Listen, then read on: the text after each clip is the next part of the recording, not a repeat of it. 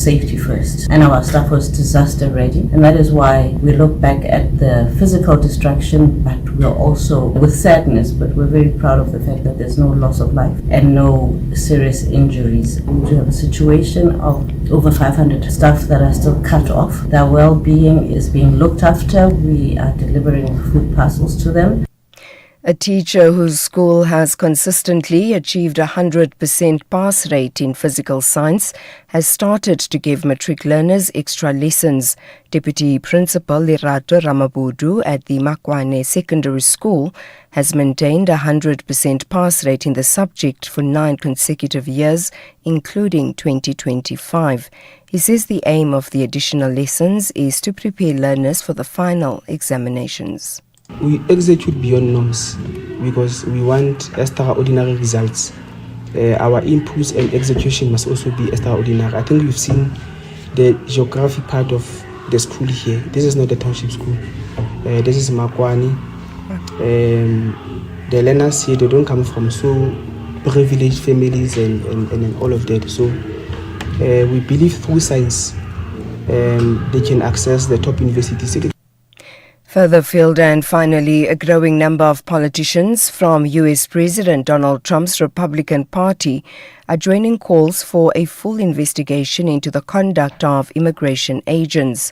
This follows the agent's second fatal shooting in Minneapolis this month.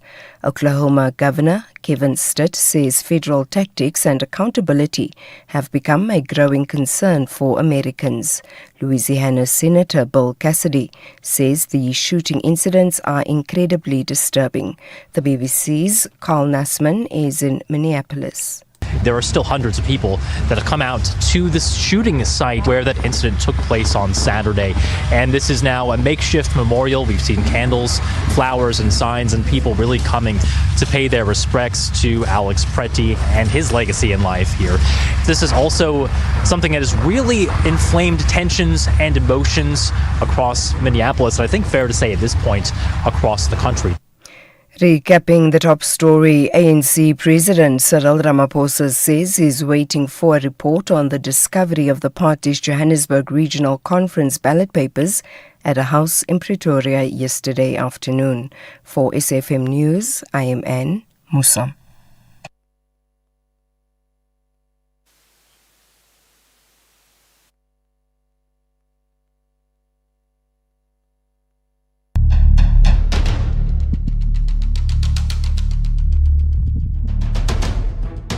The Morning Brief with Thulasizwe Simelane. Weekdays, Monday to Friday, 6 to 9 a.m.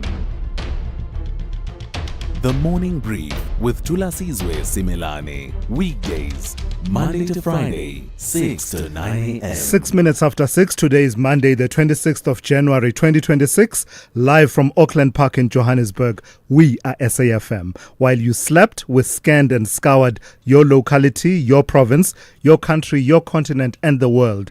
And we carefully curated those news and current affairs developments that we believe will be of most consequence in your world today. And we've packaged them into this morning brief, which we now proudly present to you.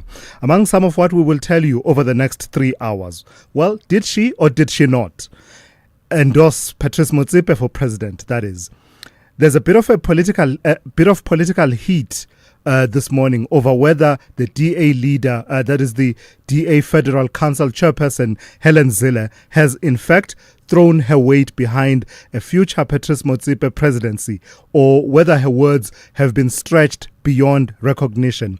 The controversy was sparked by a bold Sunday World headline which proclaimed Zille endorses Motsepe presidency, before the article itself in the Sunday World quoted her extensively as saying she believed that a transition from President Cyril Ramaphosa to Motsepe, and I quote here, would not be disruptive, end quote, and could be a smooth process, she was quoted as saying.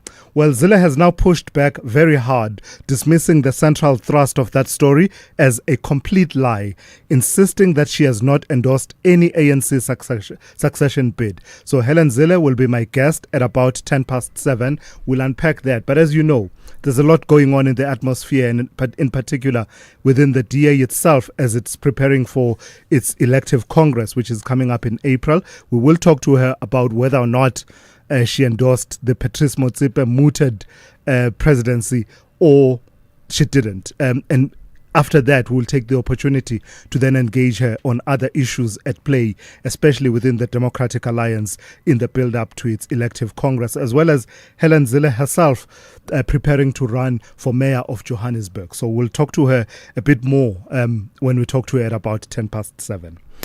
Are you a beer or any other alcohol drinker?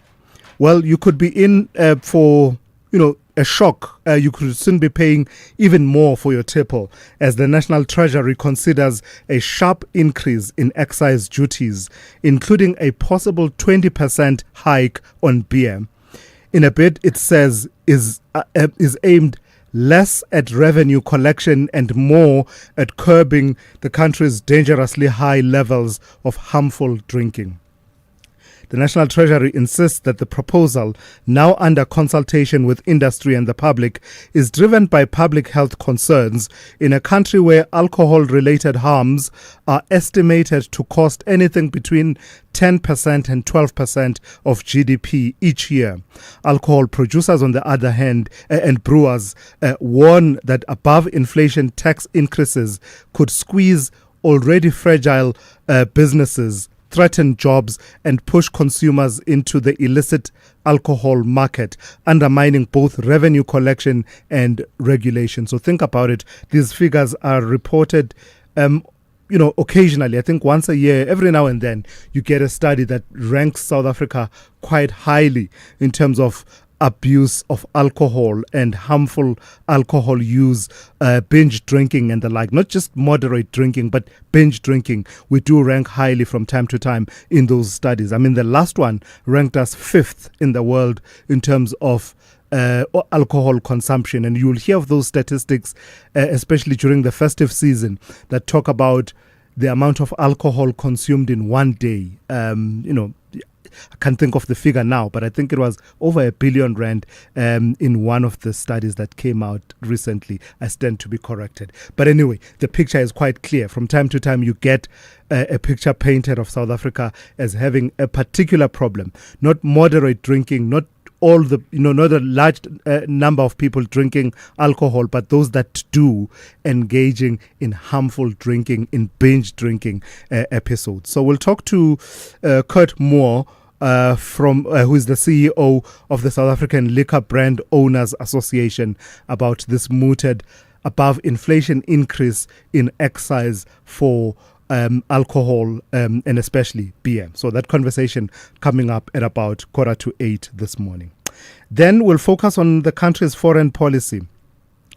This is a conversation that comes up from time to time, right? When South Africa is playing on the international stage on any matter, really, be it Iran, be it the situation in Gaza, the case at the ICJ, our interactions and relationship with the United States, people questioning in whose interest are we acting, in whose, how does what we do on the international stage fit in with the national interest?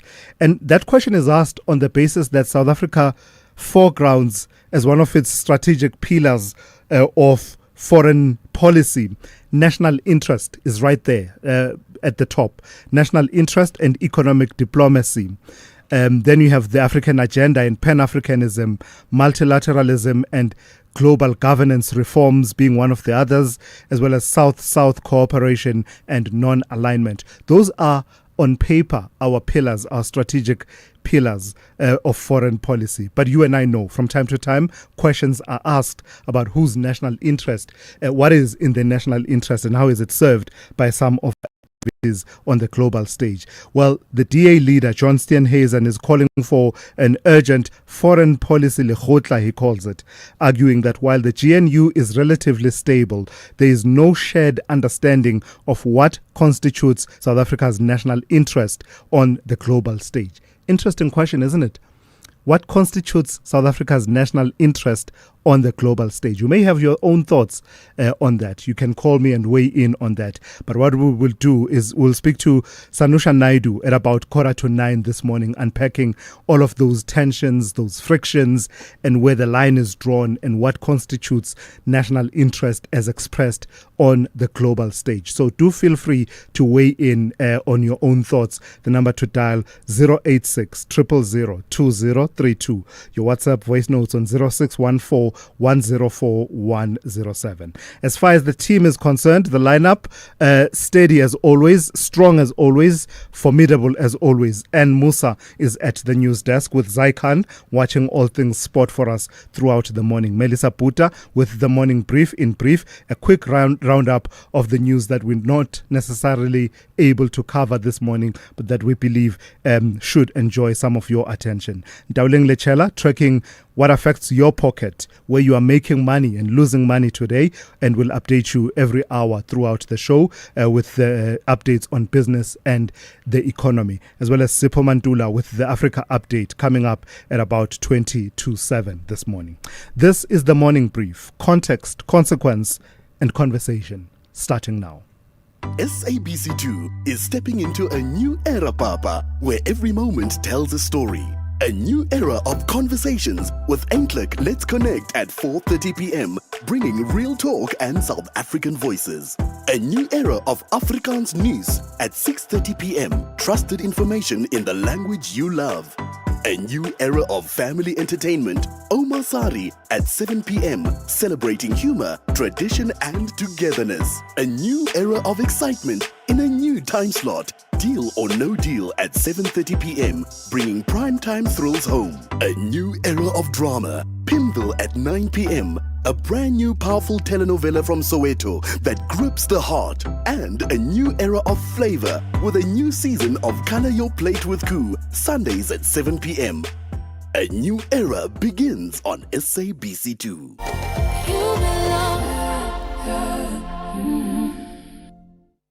The Proteas believe nothing is as exhilarating as beating a tough opponent, while the Windies want to delight the people of West Indies. This is the third T20 international match. Be part of it.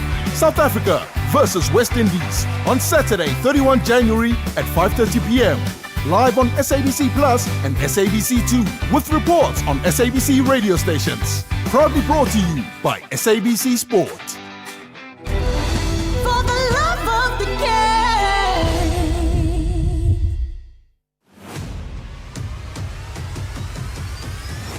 Thulasizwe Simelane is streaming live now on Facebook, YouTube, and X at SFM Radio. You bet we are, as always. Let's start our journey with Melissa Puta and the morning brief in brief. Good morning to you, Melissa. Let's start with news out of the city of Tshwane and what the mayor, Nasipi Moya, has been saying about whether or not they can locate one Edwin Sodi. Good morning, Thulasizwe. So Tshwane Mayor Nasipi Moya denies claims that the city delayed blacklisting tender tycoon Edwin Sodi, saying legal, procedural and notice service hurdles slowed the process and not inaction. Meanwhile, the DA accused the ANC-led coalition of dragging its feet and said it would intervene by appointing a tracing agent and pushing for transparency.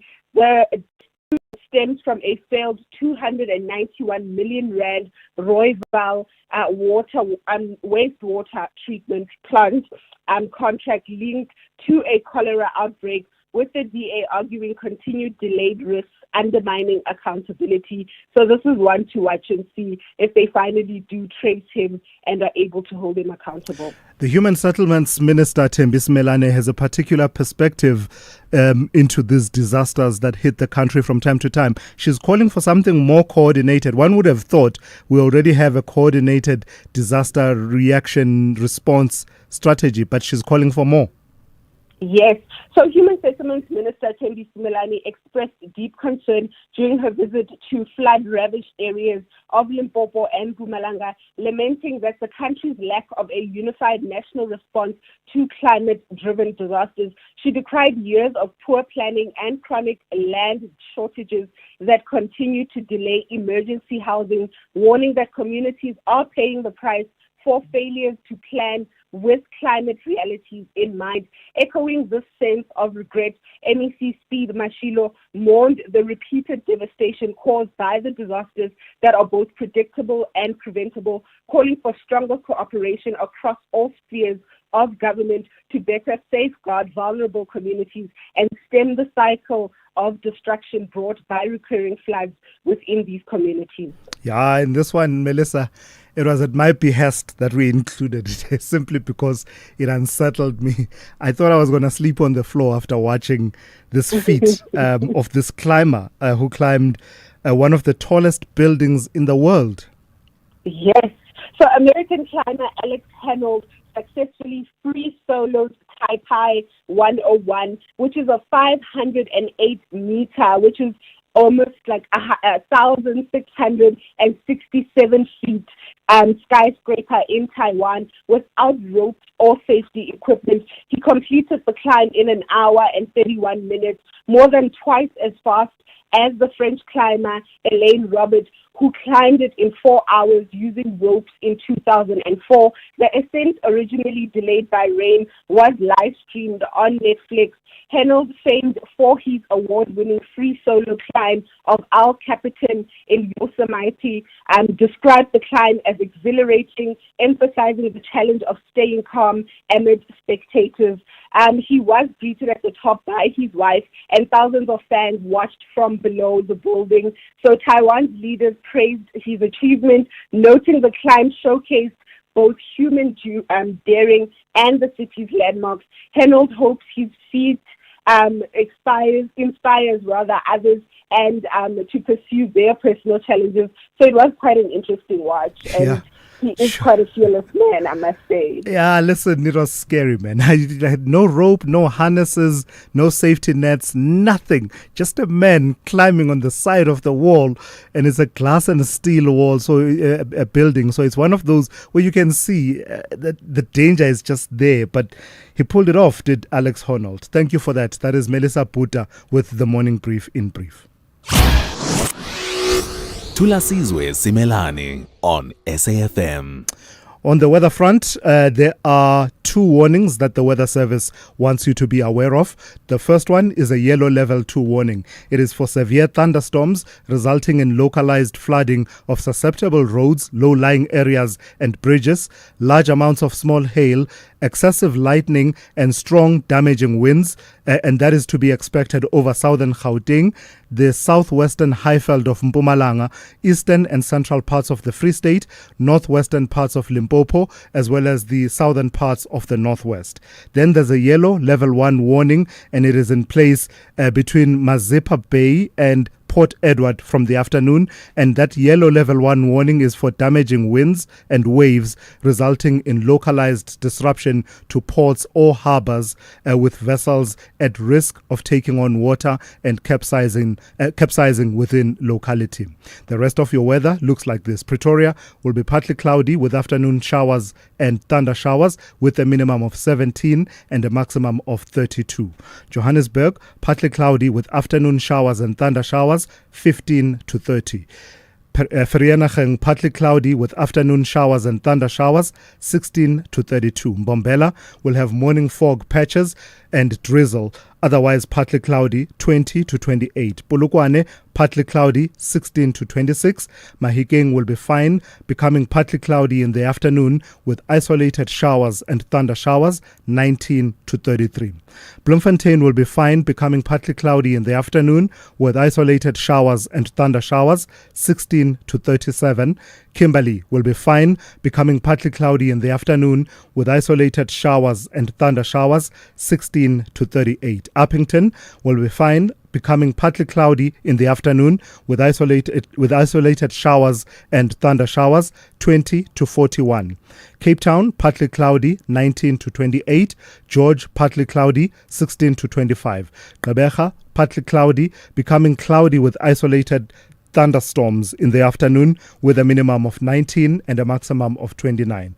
East London will be partly cloudy, becoming cloudy with scattered thunder showers in the afternoon with a minimum of 19 and a maximum of 31. Durban will be partly cloudy with isolated showers and thunder showers, 22 to 31. Richards Bay, partly cloudy with isolated showers and thunder showers, 22 to 34. And lastly, Pietermaritzburg will be partly cloudy with isolated showers and thunder showers, 17 to 38. Worldview Update, bringing you closer to international or global news. 23 minutes after 6. In the United States, the Minneapolis mayor, Jacob Frey, says the question after this weekend is no longer about immigration enforcement, but about how many more lives have to be lost before Washington ends an operation that he says is tearing his city apart. His remarks came after a massive weekend march where tens of thousands of people, many braving sub-zero temperatures, protesting an aggressive ICE, that's the Immigration and Customs Enforcement Agency, and Border Patrol surge that has already driven hundreds of businesses to close in solidarity. The protest intensified after the fatal shooting of 37-year-old ICU nurse Alex Pretty during an encounter with federal agents, an incident captured on video and now the subject of sharply conflicting official accounts. Let's turn to Sherwin Bryce-Peace, our U.S. correspondent, who joins us now for an update. Good morning to you, Sherwin, and thank you for your time. Do we even know where the borders and contours of this conflict are, this tension that has been playing itself out in Minneapolis, or has it become a flashpoint of something beyond just customs and immigration enforcement? If Davos, Thulasizwe, was the big focus internationally last week, then Minneapolis is ground zero in terms of what is consuming the American psychology domestically. You talk about the borders and contours. The borders here and contours are essentially between the federal government under President Donald Trump and the state of Minnesota under the directorship and governorship of Tim Walz, the vice presidential nominee that ran alongside Kamala Harris, and of course coming up short against the Trump Barnes ticket. And so you see, just in terms of this latest incident, this latest investigation, the standoff between federal agents and the federal government not wanting to cooperate in terms of the investigation within the jurisdiction of Minnesota with local and state officials. So they've been barred. That is something that is playing itself out in court. You understand that this latest incident comes 3 weeks after the shooting of Renee Good. So you're seeing this growing backlash, this constant backlash on the streets between protesters and immigration enforcement officials. And unfortunately now the deaths of two lawmakers. You're seeing calls from lawmakers to Thulasizwe across the aisle for independent investigations here, for collaboration between the state agencies and the federal government. There are calls for hearings now on Capitol Hill. There are even threats from Senate Democrats to block appropriations bill that would fund the the ICE enforcement agency to the tune of $10 billion. And so the Democrats in the Senate are saying they're not going to fund that legislation. You're seeing the Minnesota Police Chiefs Organization call for a meeting with the White House to talk about public safety concerns as a result of federal action in their state. And so there are many, many levers to this engine. And we're looking very closely to see how that dynamic between the Minnesota Bureau of Criminal Apprehension and the FBI plays out in terms of jurisdiction here. But also interesting, Sherwin, has been the narrative and the reading of the situation from those videos that we have seen of the killing of Alex Pretty, differing sharply between the local law enforcement and local at the state level, the government of Tim Walz and the likes, and what the federal officials are saying, officials such as Kristen Noem, as well as the Border Patrol official Gregory Bovino. Correct, yeah. And so you have this dynamic again, right? This dynamic that is between state officials and how they see what happened in that video, and the shaping of the narrative quickly out of the blocks. The likes of Kristi Noem, the Secretary of Homeland Security, Stephen Miller, who's the Deputy Chief of Staff in the White House. So Kristi Noem, for example, saying that Priti was brandishing a gun and on perpetuating violence. He was carrying a concealed firearm. He was affirming his Second Amendment right in the United States. It was legal. He had a legal permit to carry that weapon. And they are claiming that he came to massacre law enforcement. Now, if you watch that video, this gentleman is carrying a cell phone. I think they spot a weapon on his person, but that was legal under the jurisdiction that governs the carrying of concealed guns in that area. And Kash Patel, the FBI director, also suggested that Preti broke the law by carrying a concealed gun at a protest, which was then undercut by the chief of police in that jurisdiction to say, no, he was just exercising his Second Amendment right. He did not, come brandishing that weapon. And so the shaping of the narrative, right, in the fog of war is something we are watching very closely play itself out here. And you said this is the flashpoint of this tension between state and federal government. But is it playing out only in Minnesota, or are we starting to see other states weighing in and perhaps being more concerned about the actions of the Trump administration, especially ICE in the other states? Look, we've seen this in different formats, right? I mean, there have been cases in Los Angeles. You've seen the California government take this up in federal court. You've seen this happen in Washington state. And so the argument from a lot of these regions is that the Trump administration is by and large targeting states and citizen jurisdictions that are run by Democratic governors and Democratic officials. And the national import here is I think, evidenced in the fact that in just the last 24 hours, you had two very hard-hitting statements, Thulasizwe, that were put out by former Presidents Barack Obama and former President Bill Clinton. Let me read you very briefly what Obama said. He said, "The killing of Alex Preti is a heartbreaking tragedy. It should be a wake-up call to every American, regardless of party, that many of our core values as a nation are increasingly under assault." He called for immigration enforcement for it to happen in an accountable and lawful manner. Bill Clinton made this statement: "Over the course of a lifetime, we face only a few moments where the decisions we make and the actions we take will shape our history for years to come. This is one of them. If you give your freedoms away after 250 years, we might never get them back." Profound statements from former presidents while this current operation plays itself out in Minneapolis today. All right. Thank you for that, Sharon. Thank you for staying up for us, Sharon Bryce Peace, our SABC News correspondent in the United States. Let's go to Ann Musa on standby with the latest news. Good morning. Thanks to us. In the headlines, the mother of media personality Warwick, known as DJ Wara Stock, believes the man accused of involvement in a son's killing would evade trial if granted bail.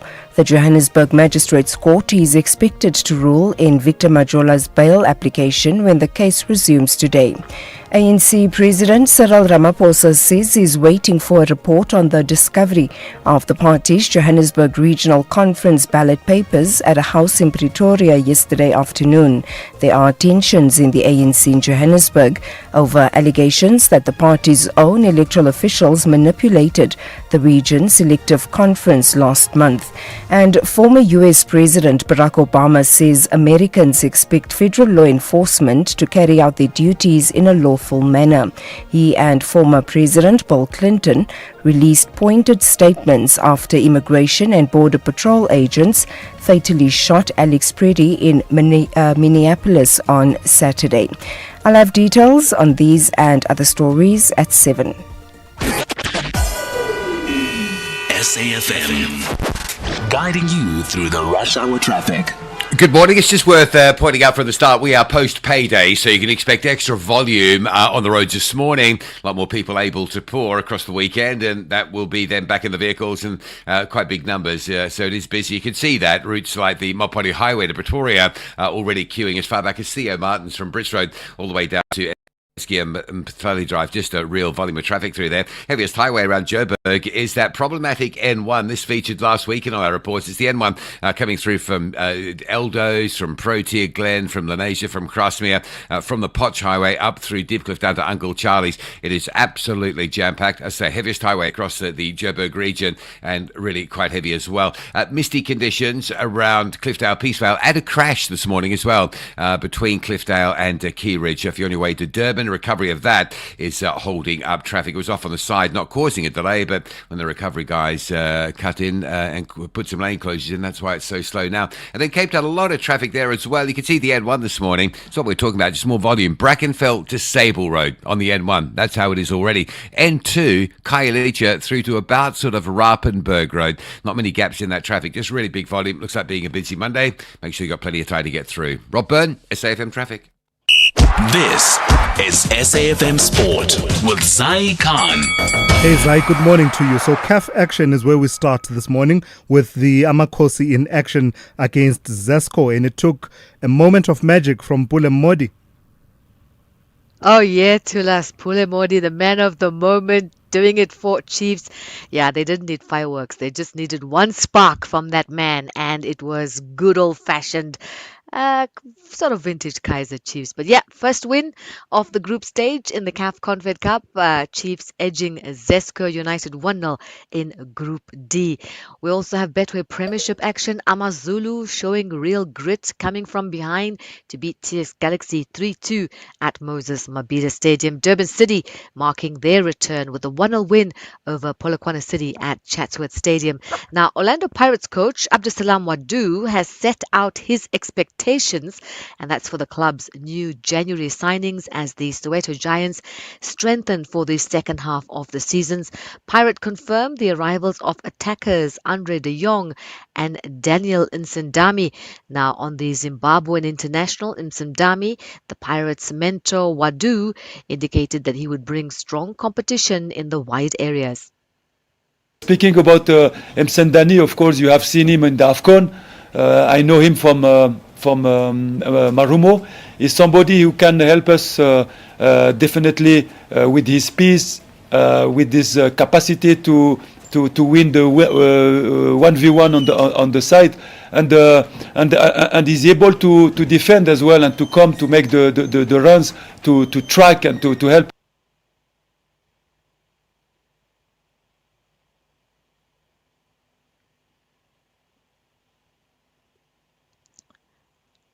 And let's go now to some more action, and this time at the Emirates. Mateus Cunha struck late as Manchester United edging Arsenal 3-2. It was quite a dramatic clash, that. The result cutting Arsenal's lead at the top to 4 points, keeping the title race alive. Chelsea moved into the Champions League place with a 3-1 win over Crystal Palace, while Nottingham Forest boosted survival hopes, beating Brentford 2-0 away, only the second visiting side to win there this season. And finally, cricket, the SA20 action. Sunrisers Eastern Cape claiming a third title in 4 seasons, beating the Pretoria Capitals by 6 wickets. And we'll also bring you more sport here. That's on the morning brief at the top of the hour. I'm Zai Khan. SAFM supports a litter-free South Africa. Play your part in keeping our surroundings and environment clean. SAFM, leading the conversation.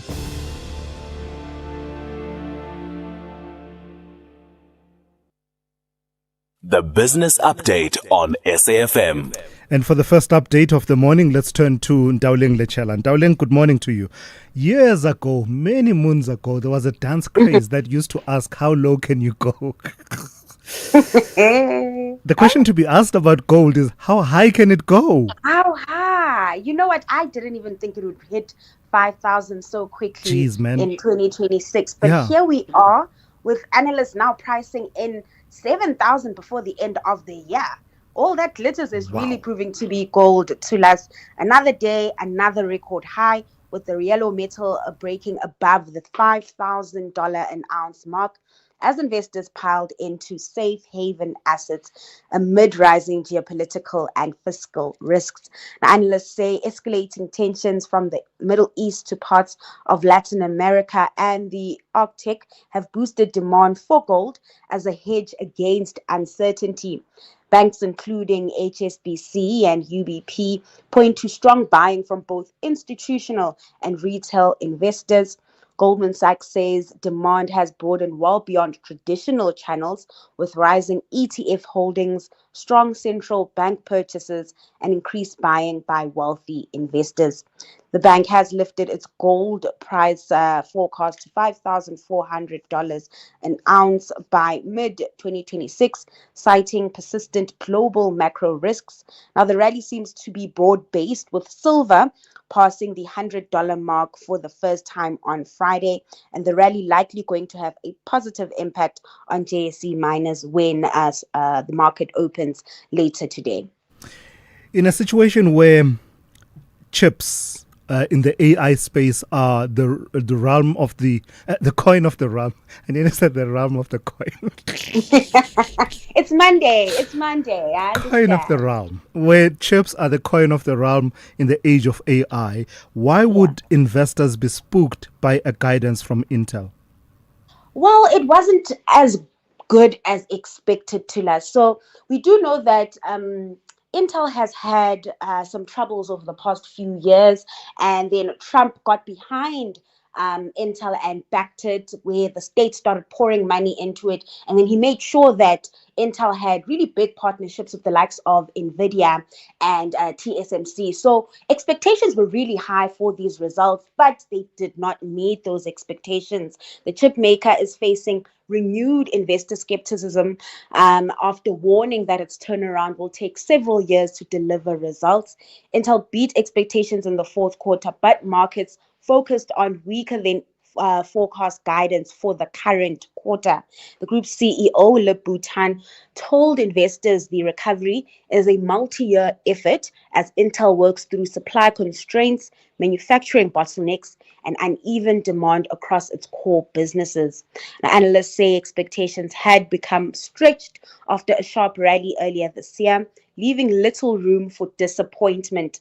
Intel also failed to provide concrete updates on new customer wins for its advanced manufacturing processes, raising doubts about the pace of its recovery amid tough competition from rivals in data centers and AI. The group's shares tumbled 17% on the news as traders unwound bullish bets and reassessed the likelihood of a smooth near-term turnaround. All right, recap for us how we ended the week off at the end of last week and how we are starting this week.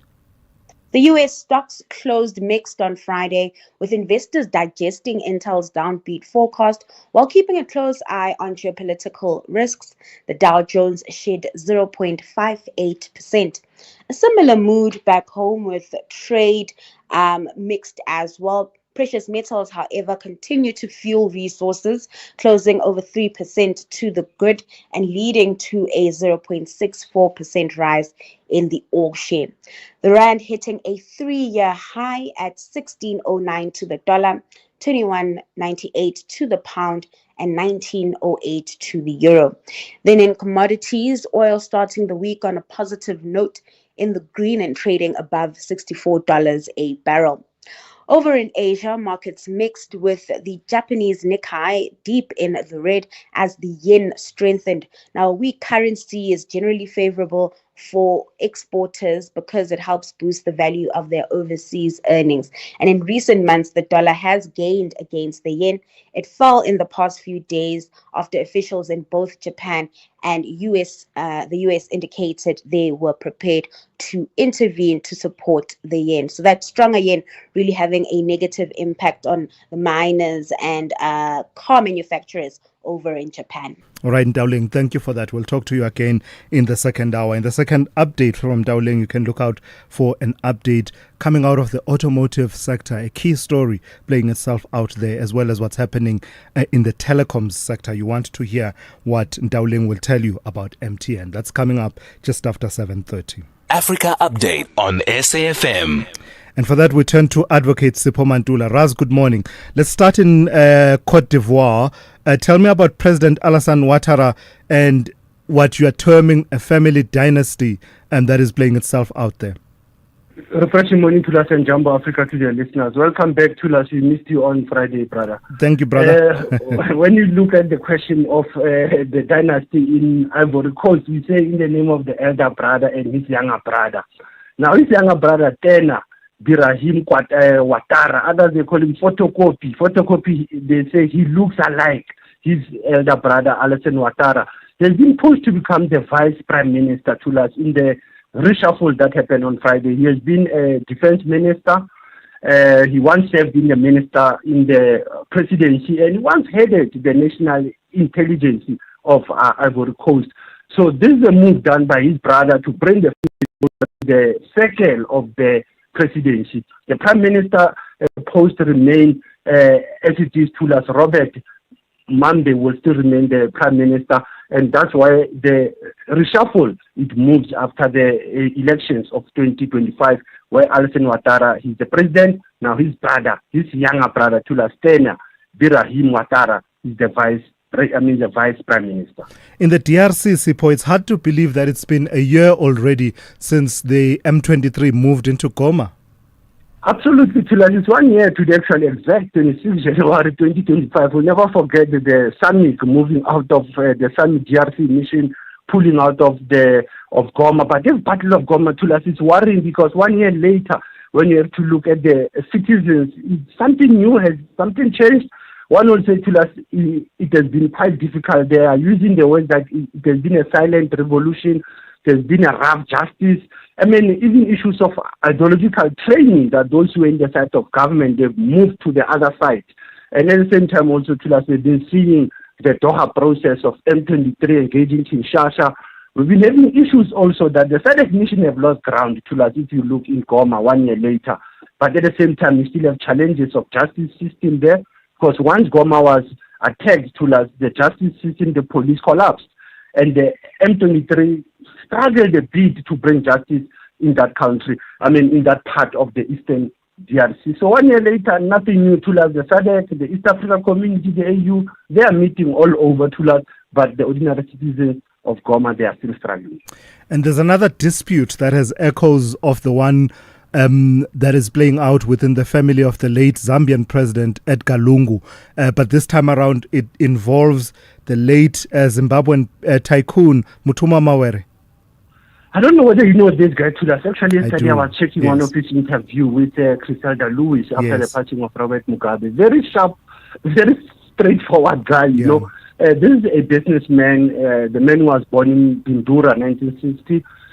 Mawera passed away on the 15th of this month. There was a contestation, as you have alluded, in terms of maternal and paternal families from the Maweras to the Machiris to say where will he be buried, because the man said, I wanted to be buried in South Africa. Now, it was given on Thursday by the courts to say to us, he will be buried today at Four Ways Memorial Park at the private cemetery. This is a 66-year-old tycoon who was so big in Zimbabwe. Thulas. He came exile here, but he has created many jobs in that country. He had difficulties with the government of Zimbabwe at some point, but others are calling him the magnet of business in mining, infrastructure, banking. Now today he'll be laid to rest, and as you said, it has been resolved within a week, not the one of Edgar Lungu that we are still struggling to know where is the matter going, when is it going to end. Yeah, at least this one was resolved quite expeditiously as opposed to the Edgar Lungu one, which, by the way, Sipho, I think in the coming days perhaps you might want to give us an update, if any, on that particular story. Lastly, your historical archive. Take us to the 26th of January, 1887. Thulas, I'm going back to the history of the battles of war in the world. You know that Italy was defeated by Ethiopia in the Battle of Dogali. It's 139 years ago. Ethiopian army, they say it was prepared in terms of the intelligence, manpower, equipment, and that's why they were able to invade Italians who were trying to attack Ethiopia in 1887. You'll recall 1896 also, to us, the Battle of Adowa. We'll touch it in March. And that was the famous Battle of Adwa that the former President Thabo Mbeki used to do lectures around the 1st of March as the Battle of Adwa, where we call it the Battle of Africa, defeating the superpower like Italy. So this was the first battle of Dogali that happened on this day. Asante sana Thulasizwe leading the call, still leading the conversation, SAFM observing the election man. Right, Sipho, thank you for that. That's Sipho Mantula with your Africa update on this Monday. SAFM, guiding you through the rush hour traffic. Yeah, good morning. The further we've got into this Monday, the obvious it is, the more obvious it becomes that it is a very high volume on Monday. We are post-payday, and it always happens. Nowhere busier, perhaps, than the N1 north through Dipcliff down Uncle Charlie's. That queue this morning, here's an idea of what we're talking about, more volume. So last week we were saying, right, queuing north of the Potch Highway up through Dipcliff to Uncle Charlie's. This morning it queues from the N12 Golden Highway exit on the Potch Highway into Deadman's Bend, then all the way through Dipcliff down to Uncle Charlie. So it is really extreme. Crash coming through from Benoni this morning towards Boxburg. That's on the N12 just before Atlas Road, and that's quite heavy. The N17 coming off the Ekurhuleni region towards Wadeville, so Boxburg through Wadeville, single lane section for roadworks, and that's quite bad as well. Into Pretoria, the mighty Mopani Highway queuing from Brits Road all the way through very slowly to Eskia and Pathlali. And just an update, Northwest Star Bus remain suspended. There's some unpaid subsidies from, I think, Gauteng government. So the buses which were withdrawn on the 22nd of January are still not operational this Monday morning. That's going to be a problem. Crash recovery around Key Ridge on your way down to Durban. That's been causing some backlogs this morning through Cliffdale, Peacevale area, Durban bound, very heavy backlogs there. The N2 jamming from the M7 through to Westwood Mall, Kwamashu Highway from Malindela down towards the N2. That's heavy. And Cape Town again, you can just see that high volume. The M1 from Khayelitsha to Hospital Bend, the N1 from Brackenfell through to Sable Road, the M5 as well, already queuing from Kenilworth all the way through towards Kuburg at a change. Rob Byrne, SAFM Traffic. SABC2 is stepping into a new era, Papa, where every moment tells a story. A new era of conversations with Eintlik Let's Connect at 4:30 p.m, bringing real talk and South African voices. A new era of Afrikaans news at 6:30 p.m, trusted information in the language you love. A new era of family entertainment, Omar Sari at 7 p.m, celebrating humor, tradition and togetherness. A new era of excitement in a new time slot, Deal or No Deal at 7:30 p.m, bringing primetime thrills home. A new era of drama, Pimville at 9 p.m, a brand new powerful telenovela from Soweto that grips the heart. And a new era of flavor with a new season of Color Your Plate with Koo, Sundays at 7 p.m. A new era begins on SABC2.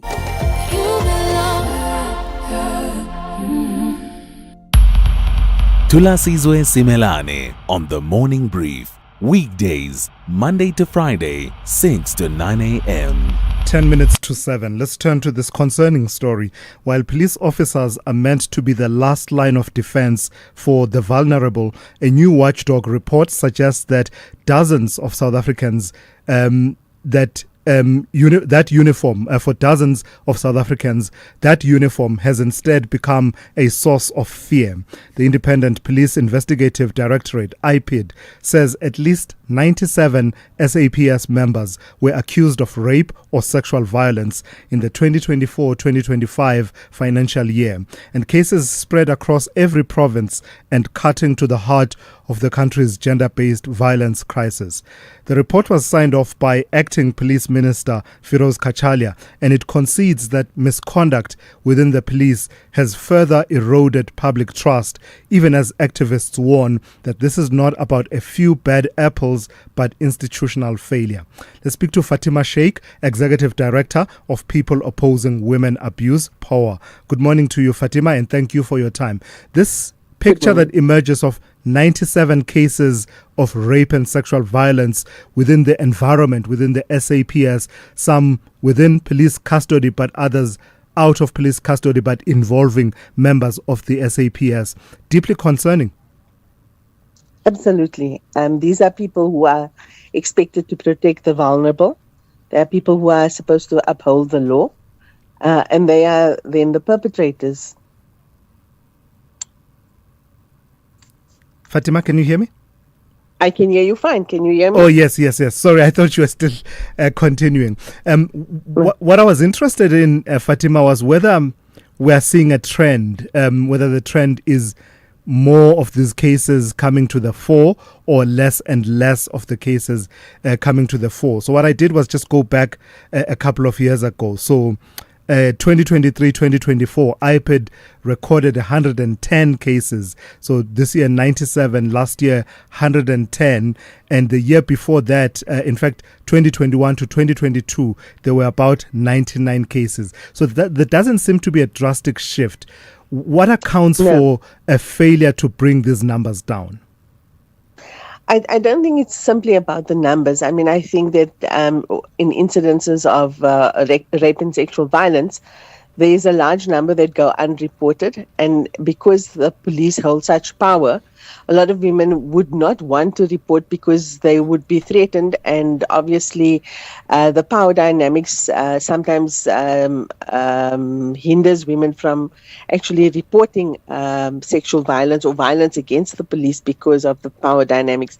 I think the concerning issue for us is that these are people who are entrusted with the safety of the public. And one case is one case too many. Unfortunately, that's the way we see it. But also the other concerning matter is that there are, I think, about over 15,000 cases that have not yet been resolved. So it's a year on violence that happens. The concern is, how are these people chosen in these positions, and what has happened about the previous cases, and then more importantly, are these people still in uniform? Are they still in their jobs? What has happened? Have they been suspended? And I think for us, the transparency of what is being done to address this concern, is not made public. Yes, we hear condemnation, but condemnation in itself is not sufficient, to address what is going on. And it goes to institutional rot. There's a failure on the state, and there's a protection of perpetrators.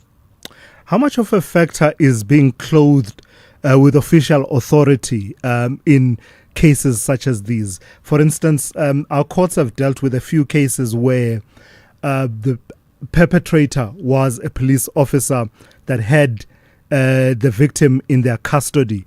And even now in these reports, we see a few of those. Is it a factor that these are people who, at times, not at times, are clothed with authority, but at times actually have the person in their custody and therefore physical control of what the person is able to do or not able to do? Absolutely. I mean, if people are in custody, one would assume that they are safe from themselves, they're safe from the police, and they're safe from other perpetrators outside. But when the police station or the place where they are being kept is no longer safe, it begs the question of, where are women actually safe, and who do we then turn to for protection? And it is about a power and control dynamic where these are people who overstep in such a phenomenal and such a violent way. I mean, any crime of violence, especially sexual violence, is such a violation on the individual.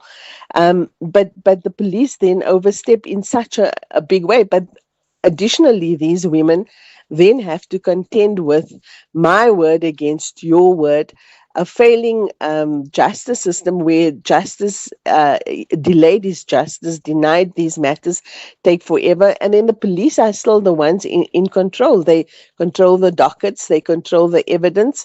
And I'd like to know how many of these matters actually end up in conviction. And that is something that the public need to know. And the silence, after condemnation, what comes next? And that's what I would like to ask the minister. What next? Yeah, you're absolutely right, because that would be the follow through, wouldn't it? Because we report on these cases that so many police officers were accused of rape or charged, but we never come back to what was the conviction rate coming through from that. Where are the guardrails failing institutionally? These are people that you would think are trained to understand sexual violence, rape, and therefore be able to intervene with different levels, of course, of competence in dealing with those matters. But one would expect that there's a basic sense of what's right and what's not right. So where are the guardrails failing us? Well, I think it's about how you select the people that you want to protect your public. I think there needs to be a better screening of people who apply to the police force. There also has to be like a rigorous training around what is expected, and there must be a certain level of competence. I think we need to go back to basics, and we need to actually look at the caliber of people that we have in our police force, whether they are competent, whether they are literate, whether they have a sense of service. Do they actually want to serve? Is this just a job and a paycheck at the end of the day? But also for your people in position of power, you want your ministers to take this matter seriously. It can't just be rhetoric year on year on. We are a country known for the highest incidence of sexual violence worldwide. We have the highest femicide rate worldwide. These are not things that we should be proud of, and it's something that needs to change. We know that President Ramaphosa declared this a national disaster, but since that declaration, nothing has happened. There's nothing in action. On paper, we are amazing as a country. We signed all the right papers. We say the right things publicly, but in practice, these things are not translated to women on the ground. And we need to remember that these are the people that are most vulnerable. And if you're saying that at least 3 out of 10 women in their lifetime would have been sexually violated, that's a third of your population. I mean, you cannot continue year on, with the same statistics. Something has to change. All right, I've got to thank you for your time and your insights. That's Fatima Sheikh, Executive Director of People Opposing Women Abuse. Call Thulasizwe now, 086 000 2032. JCK Kaunda in Musina, good morning to you. Make your case and rest it within a minute. Good morning. JCK? Thulas, are you well? Yes, I'm well. Please make your case and rest it within 45 seconds. Okay, Thulas, I'm surprised. I'm simultaneously amazed by what the president is saying. That he is acknowledged crime today. That lady, is he staying in Dubai or what? The president mustn't put us or the rate of volume crime is too high. It's time the president do the right thing, get the information from intelligence, and do the right thing. And he must stop to tell us or he's now aware of crime. People are shot and killed every day. He's not surprised. President take us seriously. He's not surprised by it. He says he's aware of it. Yeah, he's aware of it now. Yeah. What is he saying? Is he staying in Dubai? The president take us serious. What is his job? Yeah. What is his role as a president? Kuningi, JCK from Sina. Thank you for that. JCK Kaunda out in Musina. Let's go to N Musa on standby with the latest news. Outsurance is in the business of saving you money on your car insurance premium. If they can't, ask for 500 Rand. SMS out to 30754. That's out to 30754.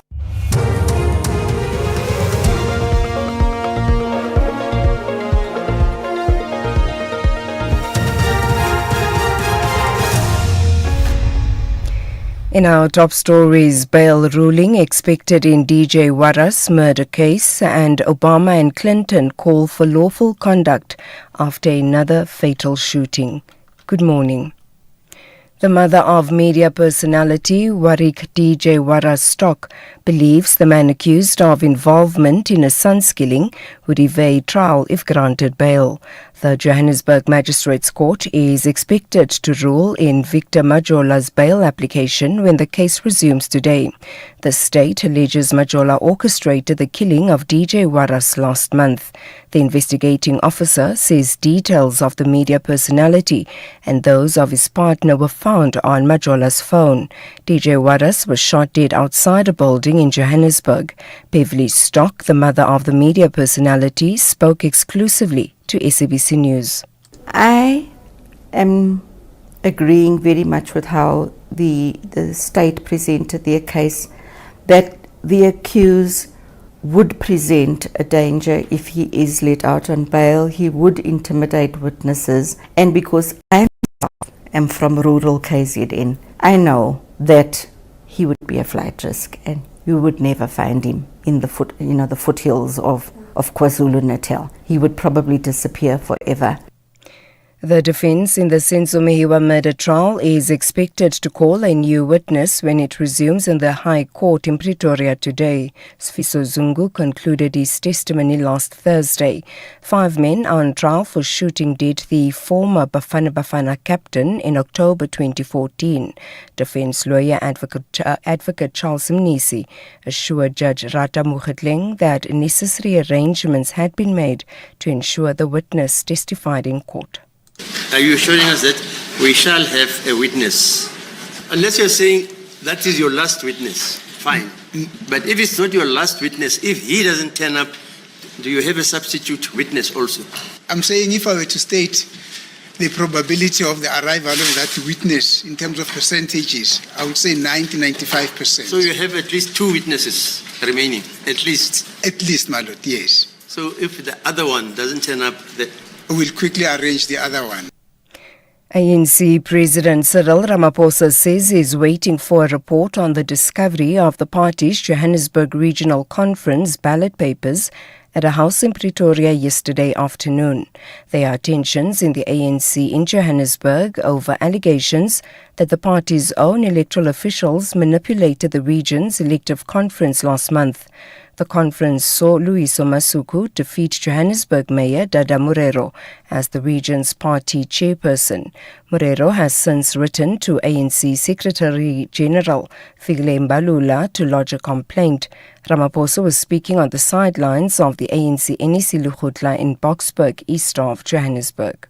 No, I'm not aware of it. Well, this matter has to be processed, and then I'll get the report. Okay. So much as you would like me to respond, allow me to get the report first. Thereafter, I'll be able to respond to you. I know you would like an instant answer, but some of these matters one has to give consideration to. The South African National Parks and Parks says some of its parts, including the Skukuza camp, are operating partially. This after recent heavy rains, which caused severe floods, damaged several camps, roads and bridges in the park in Mpumalanga and Limpopo. SANParks CEO Khapilwe Selo says they need millions of rand to repair the damaged infrastructure. We're estimating over $500 million. We also really have to commend our staff on the ground and just to indicate that we put safety first. And our staff was disaster ready. And that is why we look back at the physical destruction, but we're also with sadness, but we're very proud of the fact that there's no loss of life and no serious injuries. We have a situation of over 500 staff that are still cut off. Their well-being is being looked after. We are delivering food parcels to them. Further afield, and finally, former U.S. President Barack Obama says Americans expect federal law enforcement to carry out their duties in a lawful manner. Obama and former President Bill Clinton released statements after immigration and border patrol agents fatally shot Alex Pretty. The incident happened during anti-immigration enforcement protests in Minneapolis in the state of Minnesota on Saturday. Clinton has warned that the freedoms of Americans are at risk. Showan Bryce Peace reports. Obama said people across the country were rightly outraged by the spectacle of masked federal agents whom he accused of acting with impunity and engaging in provocative tactics. He said statements by current administration officials appeared at odds with video evidence of the incidents. Former President Clinton accused what he called the people in charge of lying to the American people and of impeding investigations by local authorities. Minnesota's Democratic Governor Tim Walz called on President Trump to remove the federal agents from the state, decrying the second killing of a U.S. citizen at their hands after Renee Good's fatal shooting 3 weeks earlier. Recapping the top story, the mother of media personality Warwick DJ Warrastock believes the man accused of involvement in his son's killing would evade trial if granted bail. The Johannesburg Magistrates Court is expected to rule in Victor Majola's bail application when the case resumes today. For SAFM News, I am Anne Musa. It's a very good morning to you. In your SFM sports headlines, it's soccer with the questions now being raised over Miguel Cardoso's future as Sundown's Champions League hopes wobble. And we also bring you all eyes on the URC as South Africa's derbies lighten up the weekend schedule. The details just before 7:30. Outsurance will go out of their way to try and save you money on your car insurance. If they can't, ask for 500 Rand. SMS out to 30754. That's out to 30754. You won't believe how much money Outsurance saves 40-year-old Rafiq on his car insurance. I saved so much money. 899. That's not small change. It's more than 50% that I saved from my previous insurer. That's an impressive saving on Rafiq's 2017 Nissan Navara 4x4. And after 3 claim-free years, he gets an out bonus. How much money could Outsurance save you? SMS out to 30754. That's out to 30754. Licensed insuring FSP. TCs and information online. SAFM, guiding you through the rush hour traffic. Welcome to a very busy Monday on the road. Some high volume around this morning. The N1 coming from the south up into Deepcliff, Uncle Charlie's connections back to all the way to the Golden Highway on the N12 Potch Highway. So if you're coming in from Lenasia, Protea Glen, it's a big queue of traffic, even worse than last week. Collision between Benoni and Boksburg. The N12 leaving Benoni has a crash by Atlas Road, and that's quite a heavy delay leaving that Benoni area. Traffic all over Pretoria this morning, and Northwest Star bus services withdrawn due to non-payment of subsidy last week. They are still withdrawn this morning. If you're waiting for Northwest Star, not going to come along. Durban, heavy pressure N2 north and southbound into Spaghetti Junction, north from the M7, south from Umgedero. Stationary truck got itself jackknifed on Tollgate Bridge. Expect some delays there. And a crash at Key Ridge this morning. Big delays. Durban bound coming down from the Cliffdale side. Also a breakdown before Market Road. So big delays going into Pietermaritzburg from the Ashburton area. And Cape Town highways are loaded up. The N2 from the airport all the way to Hospital Bend. The M5 queuing from almost Plumstead all the way through to Kuburg at a change. With your traffic update, I'm Rob Byrne.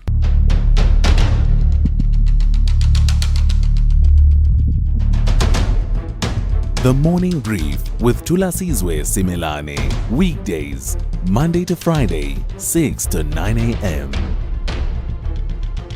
The Morning Brief with Thulasizwe Simelane. Weekdays, Monday to Friday, 6 to 9 a.m. Hey, good morning. Welcome to the second hour of the Morning Brief. It's just gone 9 minutes after 7. Coming up in this hour, among some of what we will cover, especially in this half hour, Zille endorses Motsepe presidency, boldly proclaimed the headline on the Sunday World yesterday, with quotes and all, really quoting Helen Zille, the statements that she's said to have made about how a transition from a President Cyril Ramaphosa to a potential President Patrice Motsepe would, quote unquote, would not be disruptive and could be a smooth process. That was the story at the start of yesterday, but by the end of yesterday, it had been challenged quite significantly, with significant pushback from the DA Federal Council chairperson Helen Zille, who pushed back against it and says, actually, the whole thing is a complete lie. She's on standby to talk to me and clarify what exactly she said about when she was asked about the potential of Patrice Motsepe, billionaire Patrice Motsepe, running for the presidency of the ANC and potentially the presidency of the country. Helen Zille will talk to me about that and a lot more in the next few minutes. And then a bit later on in this half hour, we'll be talking to Professor Musa Xulu in the wake of the Amazulu King, Misuzulu Kazwelithini, weighing in on these tensions that have been playing themselves out at the Addington Primary School in Durban, and generally tensions around the issue of migration in the country, urging calm dialogue and restraint amid the rising tensions over migration, and warning his subjects against any form of fighting, while also promising to engage to resolve the issue peacefully. Did have some strong words, in fact, including using a derogatory term to refer to foreign nationals, and also talked about how those who are illegal should go back to their countries. No one is homeless. There's no person who doesn't have a home. Their children can remain, and I'm just translating off the top of my head what he was saying. Their children, who are our nephews and nieces, can remain, but they must go back. There's no person who doesn't have a home. And of course, there was that word that he used to refer to foreign nationals. So we'll speak to Professor Musa Xulu, just unpack it all. And then a bit later on, just after the news headlines, Samgele Masego will tell us about this intriguing story where ballot papers from the ANC's Johannesburg Regional Conference are said to have been found at a home in Pretoria. More than a month and a half thereabouts after the conference was held. It has become something of a storm for the ANC as far as their electoral processes and their integrity is concerned. So that's where we're going with this hour. You can be a part of the conversations. Do call me. 086 000 2032 086 000 2032. Your WhatsApp voice notes on 0614 104 107. Let's get into it. The second hour of the morning brief starts now. 63-year-old Almero knows all about saving with Outsurance. We do save 417 Rand. That's about 5,000 Rand a year. That's an awesome saving on Almero's 2021 Ford Ranger. And there's an out bonus that you get if you don't claim for 3 years. I am really looking forward to it. How much money could Outsurance save you? Get a quote now. SMS out to 30754. That's out to 30754. Licensed insurer in FSP. TCs and information online. Hello, January. You feel different to December. December was nice, wasn't it? January is strange like that. Because as much as December was easy, January is hard. Giving things up, getting fit, looking ahead, making plans, changing plans. And 11 months later, it's December again. And on it goes. Year after year after year.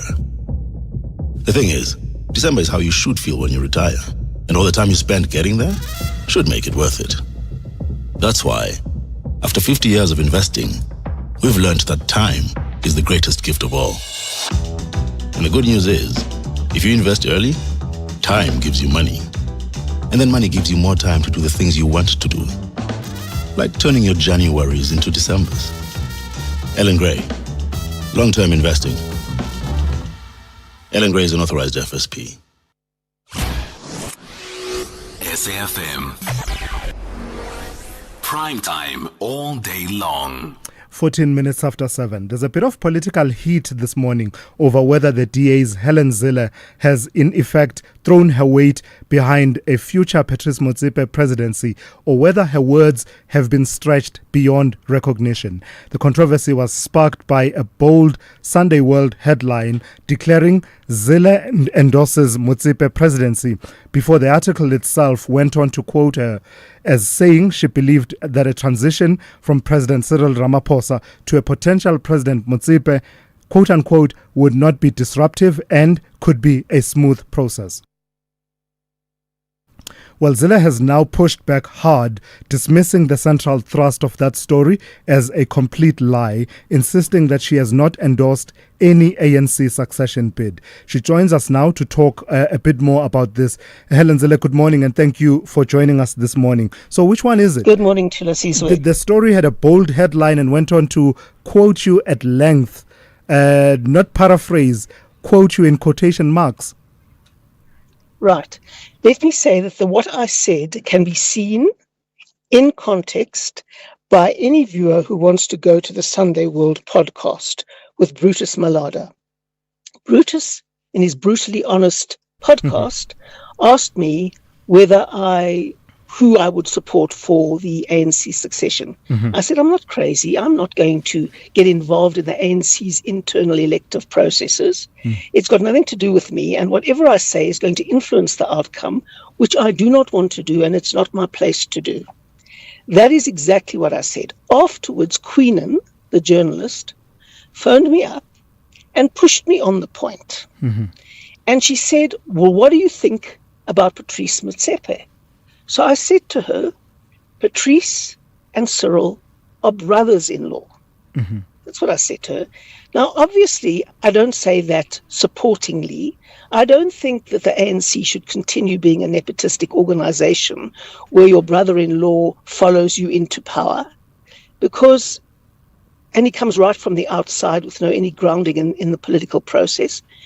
There's nothing supportive about saying Patrice is Ramaphosa's brother-in-law, and therefore it would be a seamless transition. So there's nothing endorsing about that, nothing at all. Did you say these words, and I quote here, I perceive that a transition from President Ramaphosa to President Motsepe would not be disruptive. It would be a smooth process, end quote. I said a seamless process, number one, but that doesn't mean I'm endorsing it. She's sitting there. I mean, obviously, if you have Ramaphosa and his brother-in-law taking over, it's going to be a smooth process. It doesn't mean to say it's a good process. It doesn't mean to say that I'm endorsing that process. I'm just describing it. Got nothing to do with endorsing anybody. I urge you to go and look at the Sunday World podcast. I, in the context, said very, very clearly what my position is on the ANC's transition. They phone you afterwards, they push you, they get one word like seamless out of you, then they twist it to say that this is what it means endorsing, which it absolutely doesn't, and there you go. Yeah. You see, the agenda behind it is that these journalists don't want Patrice Motsepe, so they think that if I can endorse Patrice Motsepe, then that reduces his chances. That's how they use politicians to try and drive the agenda. Do you really believe that's the agenda? Are you able to draw that conclusion based on what? Well, based on like 50 years of experience in dealing with journalists. I mean, I specifically know Queenan from the Sunday World. She has a very clear agenda, and all her stories over the whole of last year will tell you, and the year before, and the year before. The point is that many of those journalists are embedded in certain political positions, and they very strategically seek to get you to say something that will advance their cause. That's why I don't like legacy media, because you always speak to people through the interpretation and sometimes the distorted interpretation of an intermediary. In social media, you can say exactly what you want to say, and there's no distortion, and people hear what you are saying. All right. So clearly we'll have to get the Sunday World through its publisher as well as its editors and possibly even the journalist herself to talk to us and just for a right of reply. But for the avoidance of doubt then, Helen Zille, the question being asked to you this morning, in the ANC, there's already this talk about a PM27 Savumelana campaign, Patrice Motsepe 2027 Savumelana. Of course, there'll be many permutations that will be weighed up in the build-up to the ANC's National Elective Conference of 2027. What's your position about what would be a good outcome for the ANC and for the country? My position is very simple. I don't get involved in the ANC's succession battles. I focus on the things that I can manage and can somehow shape, which are events in the DA, to the extent that I'm capable of doing that. But I do not get involved in other parties because that is only used as a manipulative lever by internal factions to get the outcome they want. So let's turn to those issues that are within your control to a certain extent, events in the DA. The recent resignation of Deon George amid allegations that he makes that the DA leader has allowed John Steenhuisen has allowed the DA to be captured by the ANC and other criminal elements, and therefore resigning in the manner that he did.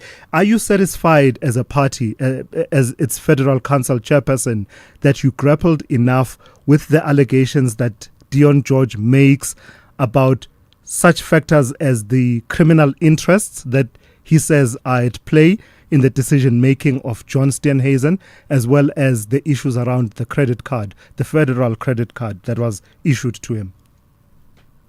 Well, there were absolutely no details about these alleged criminal interests. And it's very easy to say criminal interests, but none of us know anything about them. And we obviously need many, many, many more details to be able to determine whether anybody does have an influence. The Federal Legal Commission investigated it. They came up with a particular finding. They said there'd been no misappropriation of funds. That was one. And number two, they're continuing their investigation into other issues. And unless we get a clear indication of where these so-called criminal interests are, we are at a loss, because none of us know anything about these criminal syndicates. He says they are in the captive lion hunting and generally in that space of captive hunting and in the illegal hunting space. Well, I don't know if anybody supports captive hunting, but I would very much like more detail. And if Deon George has the detail, I would very much like to have it, because it's relevant to the Federal Legal Commission. But I frankly I really don't think, and I put my head on a block, that no one in the DA is involved in any criminal activities. Are you satisfied, though, Helen Zille, with the amount of scrutiny you've put on this matter? Let's take the credit card, for example. He makes the clear allegation that at the time when he took the federal credit card from John Steenhuisen, that card could not be reconciled. And if now, as found by the Federal Legal Commission, that it has been reconciled, then in his words, he says somebody cooked the books. Are you happy to close this chapter with such an allegation hanging over the head of your leader? Well, as you very well know, the investigation is continuing, and there hasn't been a line drawn under this issue. So the Federal Legal Commission is still investigating this issue. But what the Federal Legal has absolutely concluded is that there was no misappropriation of funds. All right, I've got to leave it there. Thank you for your time this morning. Helen Zille is the DA's Federal Council Chair, weighing in on first responding to that headline and the story in the Sunday World, and then weighing in on one or two matters that have been playing themselves out within the DA. You won't believe how much money Outsurance saves 40-year-old Rafiq on his car insurance. I saved so much money. 899. That's not small change. That's more than 50% that I saved from my previous insurer. That's an impressive saving on Rafiq's 2017 Nissan Navara 4x4. And after 3 claim-free years, he gets an out bonus. How much money could Outsurance save you? SMS out to 30754. That's out to 30754. Licensed insuring FSP. TCs and information online. Building the future of human settlements smarter and stronger. Join the human settlements team, government and industry leaders, innovators and visionaries at the Innovative Building Technology Summit, where cutting-edge solutions drive sustainable, inclusive and resilient human settlements. From smart materials to advanced construction methods, this is where tomorrow's built environment takes shape. The date for the event is the 3rd and the 4th of February 2026. It's happening at the Nasrec Expo Center in Johannesburg. For more information, please send an email to ibt.summit@dhs.gov.za or visit dhs.gov.za or dhs.ibtsummit.co.za. The Morning Brief with Thulasizwe Simelane. So the Amazulu King, King Misuzulu Kazwelithini, is urging calm dialogue and restraint amid rising tensions over migration, warning his subjects against any form of fighting while promising engagement to resolve the issue peacefully. Speaking at the Isandlwana battle commemoration, the king said there would be no war in KwaZulu-Natal, even as he argued that those in the country illegally should be spoken to about returning home, insisting that, and I quote here, there is nobody who does not have a home, end quote. His intervention comes after volatile scenes outside Addington Primary School in Durban, where police used tear gas to disperse rival groups protesting school admissions. Let's speak to Professor Musa Xulu, a cultural expert who joins us now for that conversation. Good morning to you, Prof, and thank you for your time. How important is this intervention by King Misuzulu? Well, good morning, Thulasizwe, and good morning to your listeners. No, it's very important what the king did and said. It was actually quite positive because, you know, this whole thing of violence between, especially here in KwaZulu-Natal, black people and foreigners, also targeting black foreigners, started to go violent in 2008. As well as in 2014. And the king at that time was very clear, talking exactly in terms of we should find each other and be able to accommodate each other, because one of the things, of course, that you should know is that many Zulus left here during the time of King Shaka, for example, and they are found now in Zimbabwe, Zambia, Malawi, Tanzania, Mozambique, in their numbers, and some went as far as DRC. Now you'll find that sometimes these people are actually, blood relatives of many Zulus here in KZN. So the king restraining Zulus is very commendable. Yeah. Does it detract from his message that perhaps he didn't have the right language to capture what he wanted to say? So, for example, there's a point at which he talks about how, and I'm going to use this derogatory term only for the purpose of illustration. So when I'm reported to the PCCSA, this was the point for everyone to understand what we're talking about, where he said, our sisters have engaged in relationships with, and I quote, amakwelekwele, which is the derogatory term. And then going on to say that the children born of those relationships are nieces and nephews, and therefore even when, quote unquote, amakwelekwele leave, the nieces and nephews should remain behind. Was it a failure to use the right language to capture what he said? And if so, does it detract from the message that he was delivering, a message of calm and restraint? Or are we supposed to be holding him to account even for the language that he used? Well, the Makwerekwere thing is street level, and I think it's a little bit below the level of the king. But there has been a problem there that his speeches are not written down. And I'm saying this out of lots of respect, that maybe in future when the king is to deliver these very important speeches, it's better if it is written text, so that it does not become sort of random. And as you rightly say, that using these words sometimes become problematic even when you are trying to create peace, because it would look to some like one side is being actually already looked down upon, and it becomes difficult to create peace in that situation. One other thing I can say to us, I don't think that is going to be possible for the many foreigners that are in our country to go back. Nobody knows how many, nobody knows for sure where they are, and nobody knows their status. Some are refugees. If they are refugees, you simply should know that according to international law endorsed by the United Nations, you cannot drive them back. You have to give them basic services and so on, because you cannot drive back people who have run away, for example, from violence in their own countries and so on.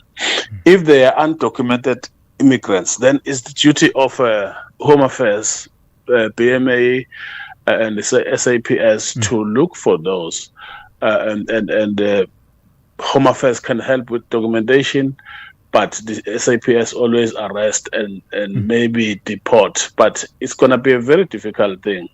Unfortunately, there has been these new organizations that are focusing, Operation Dudula, March and March, who are focusing on trying to do work that should be done by government structures. Yeah. And it becomes very careless in the process. All right. I hear you. Thank you for that. Professor Musaqulu, cultural expert, weighing in on that story. I'm a bit late. Let me go straight to N. Musa with the latest news headlines.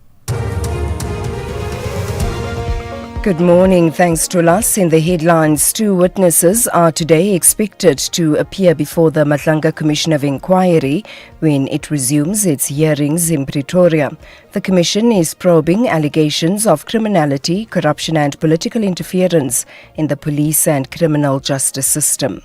The mother of media personality Warwick DJ Warrastock believes the man accused of involvement in his son's killing would evade trial if granted bail. The Johannesburg Magistrates Court is expected to rule in Victor Majola's bail application when the case resumes today. And political analyst Ongama Mtimka says Action SA's move to merge with 2 parties is a wise move. He says merging small political parties to expand their geographical reach, especially during local government elections. I'll have details on these and other stories at 8. Stay on top of all meaningful, top trending stories right here on SAFM. Leading the conversation. SAFM traffic with momentum. Just as you plan your route, only 15% of households plan for retirement. Plan yours today. Speak to a Momentum accredited financial advisor for advice that meets your context. SAFM. Guiding you through the rush hour traffic. Oh, here's a lesson. Don't underestimate a post-payday Monday. Traffic is extreme, and especially when you compare it to a sort of broke Friday, if you like. Everyone's been paid. We've got more money to put the fuel back in the car, and we are off this morning. It is absolutely everywhere. Gauteng highways really heaving along the N1. That's still solid coming through from the Potch Highway up through Diepkloof down Uncle Charlie, even worse than it was last week. N12 Benoni through to Boksburg, bad after an earlier crash near Atlas Road. N1 14th Avenue to Ravonia. N3 from sort of Alberton territory. N12 all the way through to Alex. It's really big traffic today. The N1 through Midrand, pretty jam-packed as well. John Foster all the way to New Road. Olifantsfontein coming from Blue Hills or coming from Clayville. Some heavy traffic around in the N1. And we've got a lot of traffic coming out of the Mamelodi area very slowly this morning. Crash on Bronkhorstspruit Road going to Simon Vermooden, and a little bit of an operation on Solomon Mshlangu at the N4, so that's pretty heavily backed as well. Durban also big volumes on that N3, Durban-Bow from Hammersdale down to Key Ridge. An earlier crash and a breakdown in amongst all the roadworks. N2 Toti through Prospect, and then M7 through Westwood Mall, absolutely backed up, looking quite heavy as well. Cape Town also busy. The R300 queues from Delft this morning, primarily up towards Van Riebeek Road, but then the queues go all the way through to the N1 highway. The N7 out of Goodwood to Bosman's bad, and the M5 busy as well, queuing up from Ottery all the way through to the M5. Kubo get a change. Rob Byrne, SAFM Traffic. Momentum is part of the Momentum Group Limited, an authorized FSP and registered credit provider. Some say the squeaky wheel gets the grease. Well, sometimes it gets the grease, sometimes it gets replaced. Generic guidance only fits a few situations. That's why Momentum accredited financial advisors take the time to understand you and only then apply their expertise. Advice meets your context. Momentum, your journey to success. Momentum is part of Momentum Group Limited, an authorized financial services and registered credit provider. This is SAFM Sport with Zai Khan. Hey Zai, good morning. So there's been this draw in the CAF competition, and Sundowns is under scrutiny because what happened with their draw? Oh, yes, Tulas. Exactly. With Sundowns, there's always pressure because a draw does not buy you breathing room. I don't know. What does it say? It feels like exam season in Sundowns. Regardless of a draw, there's always a panic. But Miguel Cardoso is saying, please don't panic. There is a performance review for him, especially from the fans who want it. They had a 2-2 draw with Al Hilal You in know their what it CAF is? Champions League. I apologize. I read the word draw in your talking points and I thought there was a draw for the next stage or something like that. But actually, you're saying they played to a draw. Yes, they played to a draw, Tulas. It's a Monday morning. You know, a lot of things are open to interpretation on a Yes, Monday morning, absolutely. including the scoreline.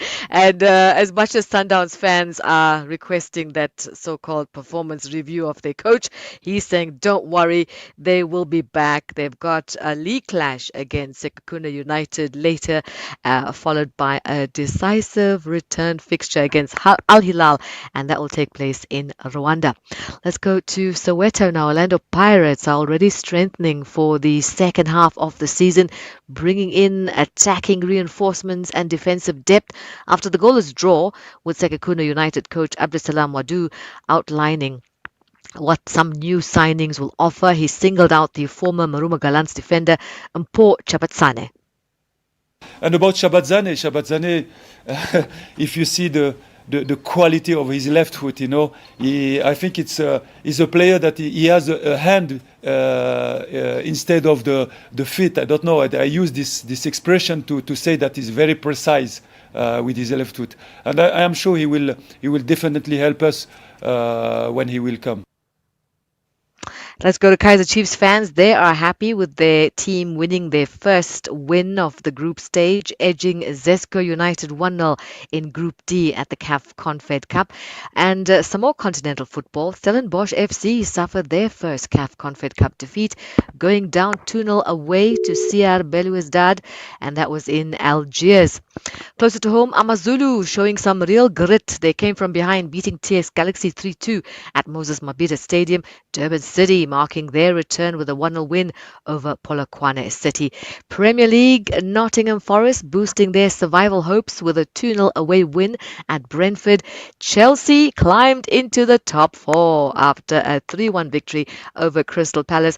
Aston Villa stayed in the title hunt, beating Newcastle 2-0 at St James Park. And in the match of the weekend, Manchester United stunning Arsenal 3-2 at the Emirates, a late thriller that shook up the title race.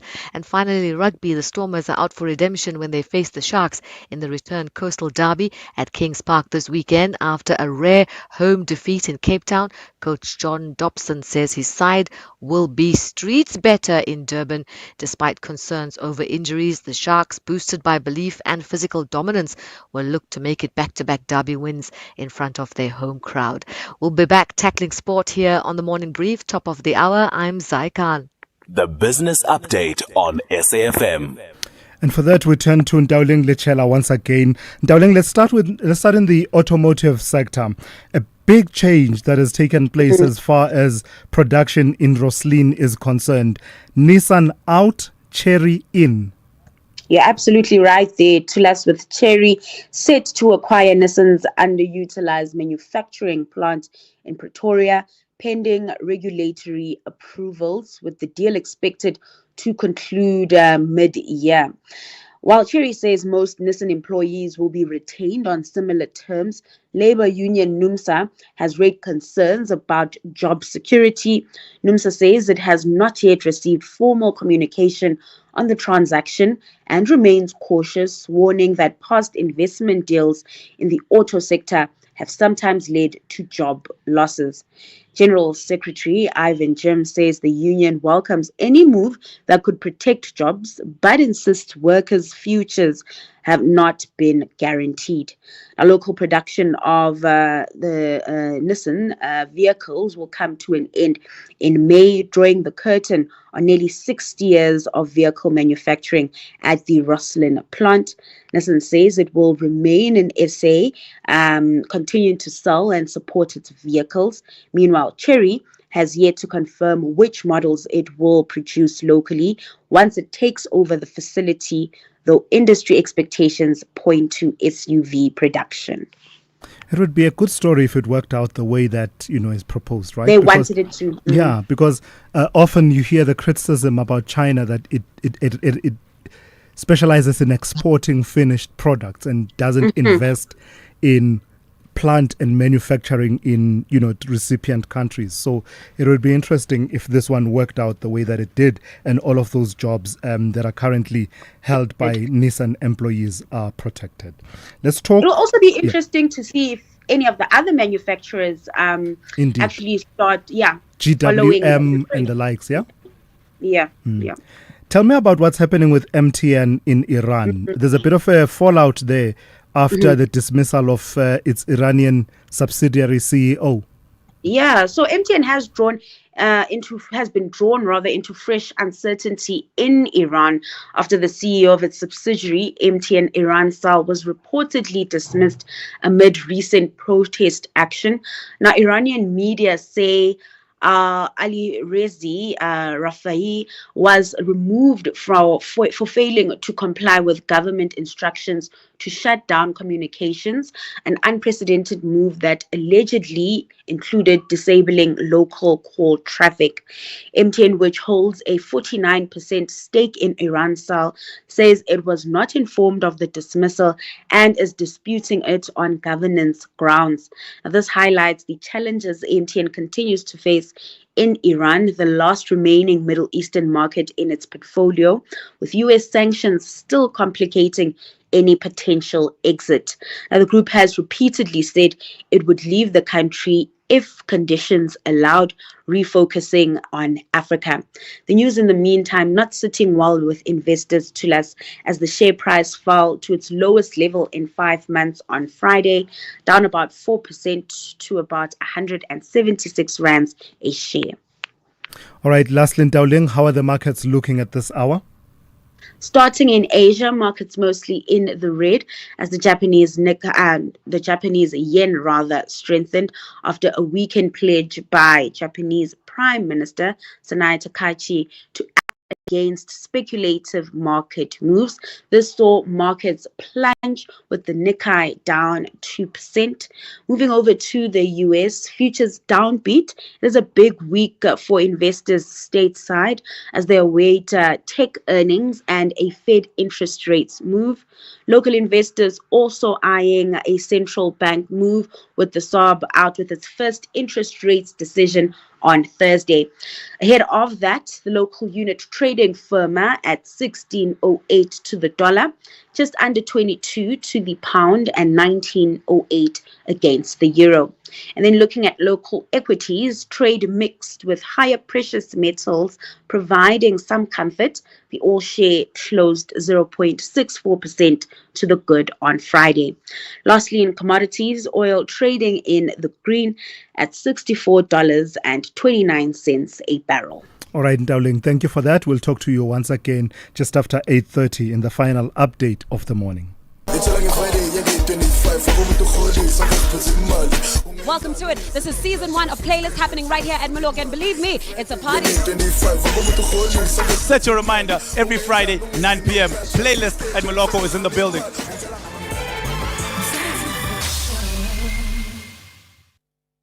The rivalry between the Proteas and the Windies hits the rooftop this summer as they both chase a crucial victory in the second T20 international encounter. Be part of it. South Africa versus West Indies on Thursday, 29 January at 5:30 p.m. live on SABC Plus and SABC2 with reports on SABC radio stations. Proudly brought to you by SABC Sport. For the love of the game.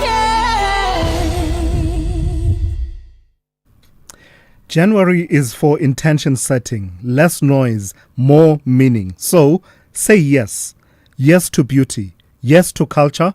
Yes to slowing down. And yes to Montreux Jazz Festival Franschhoek, where Montreux meets Africa with curated global and African music in an intimate setting. Don't miss it. Get your tickets at the end of January and make this your yes moment. Montreux Jazz Festival Franschhoek, say yes. Visit mjfsa.com for details. Thulasizwe Simelane on the Morning Brief. Weekdays, Monday to Friday, 6 to 9 a.m. 15 minutes to 8. Let's turn to politics now. And the African National Congress in Greater Johannesburg, that region, its regional conference ballot boxes, we're told, have been found in a house in Pretoria. They are believed to be linked to the controversial conference which elected Loyiso Masuku as regional chair, and so the defeat of Dada Morero, the current Johannesburg mayor. Officials from the office of the Secretary General and the police were at the scene yesterday. Also there was SABC News senior politics reporter Samgele Masego, who joins us now for an update. Color me intrigued, Samgele. The qualifier controversial has now been firmly entrenched in describing the conference that led to the election of Loyiso Masuku. Tell us what the details are of this find of ballot papers. Indeed, Thulasizwe, the conference hasn't been now described as controversial, has been discredited. But the question is, where should the ballot boxes have been kept? Where should the ballot papers have been kept? Many people have said that post the conference, the ballot papers become the property of the elections agency and not of the African National Congress. It is then subsequently up to the elections agency where it keeps them and where it stores them.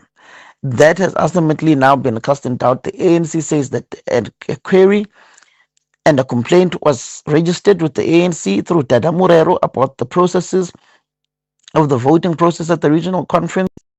The Secretary General then ordered for the ballot papers to be taken from the elections agency and be kept in a safe place, and that's was subsequently not done, and hence the visit of ANC officials from the SGO yesterday and the police to the home of the owner of the elections agency.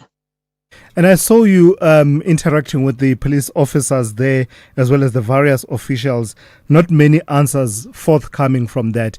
So do we have any idea as to the safekeeping of these ballot papers and ballot boxes? Because after they've been used, one assumes that there's some archiving that must happen, at least for a period of time, so that if there's a challenge, you are able to go to a specific place where it was safely kept and open it up, and then you can recount, even if it happens 8 months later.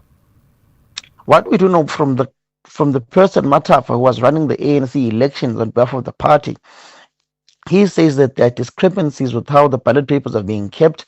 The ballot papers post the regional conference should have been kept in a safe house for a period of 3 months for safekeeping and archiving. Should there be a discrepancy or a complaint lodged, it is then easier and becomes credible for the ballot papers to be taken out from a safe place and presented to the ANC Elections Committee, and then a recounting process begins. But in this instance, that it was kept in someone's house and you don't know what transpired post that, the ballot papers could be tampered with, and those whom have been elected are saying no, but if the ballot papers are taken from the elections agency, whoever is taking them can tamper them. So there is counter allegations of tampering at this point in time, which cast doubt on the process from both ends of the spectrum.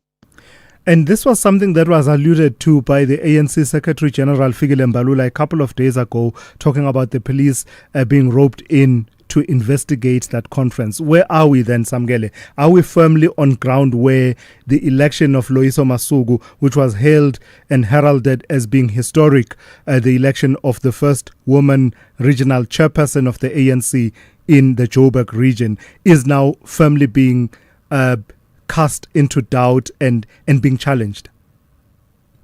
Well, Tulas, it is being challenged by the losing contender, Dada Morero. Hence, you've seen the complaint by him, especially around the processes leading to the regional conference, around Nolutando White, who allegedly was hired by Loyiso Masuku, or not hired by Loyiso Masuku, when she was head of group shared services in the city of Johannesburg as MMC, and was part of the 130 employees of the city of Johannesburg. So Dada Morero has cast doubt on the processes and the legitimacy of the elections agency, which ultimately tarnishes the standing and the stature of the regional conference. Whether he'll be successful or not is now debatable. It moves to the African National Congress officials and National Working Committee to deliberate on the issue. But the NEC members we've spoken to have said, but if ballot papers are done and dusted, where should they be kept? Where are the ballot papers of the regional conference of Tshwane? Where are the ballot papers of the regional conference of Ekurhuleni and of Sedibeng? There, Thulas, is where the ANC must then answer what were their contractual obligations that they prescribed to the elections agency to say, post the regional conference, we require you to keep these ballot papers in a safe environment for this particular period. Should there be a complaint lodged, then we can have a credible place where we can take these ballot papers out from and present them to the complainants in order to do a recount or a non-recount, or just show them proof that there was no rigging involved in the regional conference. It then becomes a contractual issue between the ANC and the elections agency, and which will then create a sense of credibility or non-credibility of the process. Yeah. All right. Let's see how it unfolds going forward in terms of the investigations that will be done into the circumstances around which those ballot papers were at that house in Pretoria. Samgele Masego is senior politics reporter here at the SABC.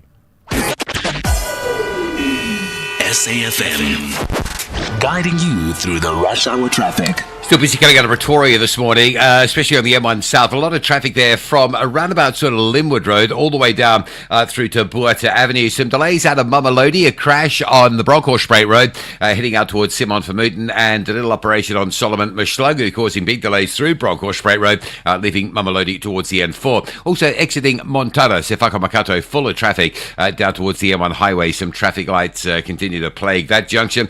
Collision in Joburg, William Mandela, Ballyclare. So a bit of backlogging going on at that busy junction, as you could imagine. The N1 north from El Dorado Parkside, from the Potch Highway up through to Uncle Charlie, stays really heavy. And still big traffic on the N17, Boksburg-Wadeville, through that single lane roadwork section. A little bit earlier in Durban, we had a tractor jackknifed on the Tollgate Bridge. If you're stuck on Ridge Road or South Ridge Road, that'll be the reason for that. The N3, still slow as you make your way down Cliffdale Key Ridge on your way to Durban. An earlier crash plus some breakdowns this morning. And the M4 inbound very slow, coming from the Umbilo side up through Congela in towards central Durban. Don't normally see that, but we are this morning.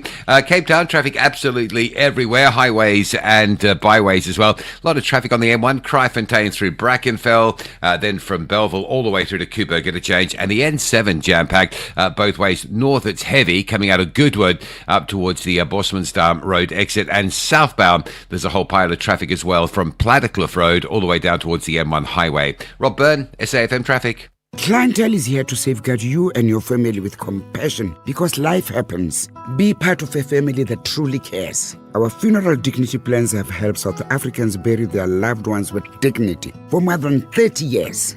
Let us help you create a meaningful tribute that honors your life and those of your loved ones. We pay out within 24 hours and you will get double accident cover with a clientele funeral plan. Our plans are affordable. Pick the option that suits your needs. Easy to apply, no medical examinations and no paperwork. SMS SAFM to 48031. That's 48031. Clientele Life is an authorized FSP and licensed life insurer. T's and C's online. Standard rates apply. They delivered an exhilarating brand of the beautiful game. On and off the battlefield. In the boardroom, behind the scenes, the pitch personnel, coaches, administrators and officials. Dress up and walk the purple carpet. It is her time to shine. Join the celebration of Sheroes and Barrier Breakers. Experience the Hollywood Best Super League Awards on Sunday 1 February at 7:30 p.m. Live on SABC Plus, SABC Sport on DTT Channel 4 and SABC 1. Also available on SABC radio stations. Proudly brought to you by SABC Sport. For the love of the game. Are we ready for a real conversation? SAFM, leading the conversations that move us. 5 minutes to 8. Beer and alcohol drinkers could soon be paying more as National Treasury considers a sharp increase in excise duties, including a possible 20% hike on beer. A bid, this we're told, is in a bid that National Treasury says is aimed less at revenue generation and more at curbing the country's dangerously high levels of harmful drinking. National Treasury insists the proposal, now under consultation with industry and the public, is driven by public health concerns in a country where alcohol-related harm is estimated to cost anything between 10% and 12% of GDP each year. But alcohol producers and brewers warn that above-inflation tax increases could squeeze already fragile businesses, threaten jobs, and push consumers into the illicit alcohol market, undermining both revenue collection and regulation. So let's speak to Kurt Moore, who is CEO of the South African Liquor Brand Owners Association, SALBA. Good morning to you, and thank you for your time. So what's your understanding of what the intent is on the part of National Treasury, and what role have you played in those consultations? Good morning, Thulasizwe, and good morning to your listeners. Thank you for the opportunity. Before I actually answer that question, I think it's important to get some context. The legal industry in South Africa, we would argue, is facing a perfect storm. Because on the one hand, you have increases in excise tax above inflation year on year. I think for a 10-year period between 2012-13 and 2023-24, the nominal excise duty rate increased by 130% for spirits, compared to CPI, which was about 62% cumulative over that same period. So for spirits, this has led to the tax rate or the tax incidence being much higher than the incidence rate. It's supposed to be 30%, it's closer to 40%. At the same time, you have an illicit market which is able to offer products to consumers 37% cheaper. And then last year, we were given a 6.7% increase, while inflation was actually at 3.2%. So if you add consumers who are struggling financially and under financial pressure, it's easy to understand why the market growth for illicit trade between 2017 and 2024 was 55%. And consumers are saying that they are looking for lower prices. And that's what's driving the growth of this illicit. It's now 1 in 5 products is illicit. Spirits has an acute problem. So yes, we have been engaging with National Treasury. We understand the concerns that National Treasury has raised. But if we're trying to target heavy consumption, I mean, heavy consumers and find other ways instead of reducing their intake. So they will naturally look to illicit products. And if illicit remains an alternative, then we're still going to be faced with this problem. The recent research by the IWSR, which is the International Wine and Spirits Research, shows that legal sales have flattened out. So legal sales are not growing. So government's excise policy might even be working, but only for the legal products. Illicit still continues to thrive. What are the alternatives that National Treasury and other policymakers should be looking at more to try and counter the effects of harmful, excessive and binge drinking? Yeah, look, well, I think if we focus again on illicit, as SALBA, we welcome the fact that National Treasury and the Finance Minister have made more resources available to SARS to fight the illicit trade. But I think those changes, if they do start coming through and we do start winning that battle, it's not going to take place overnight.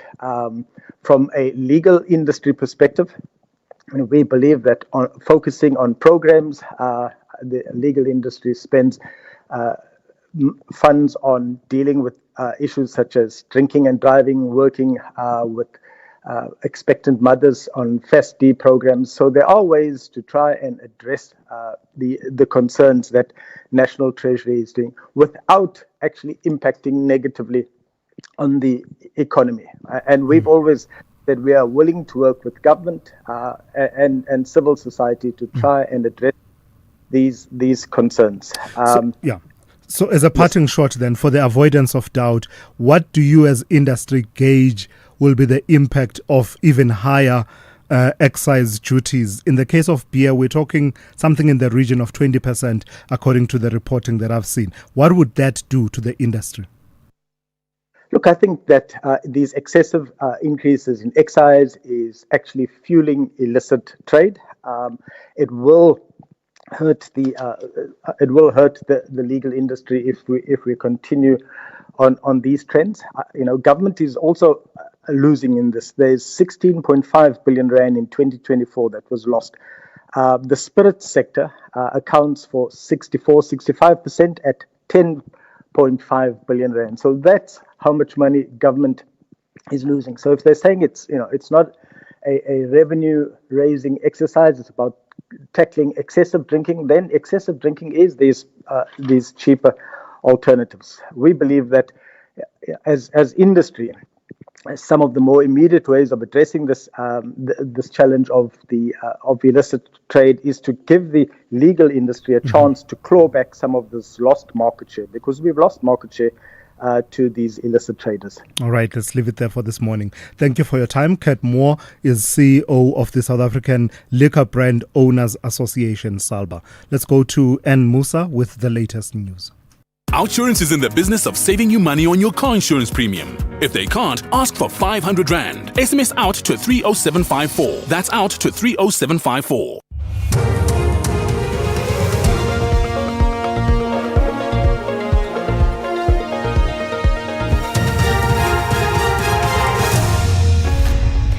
Thanks to us. In our top stories, new witness to take the stand at Matlanga Commission, and US winter storm leaves households without power.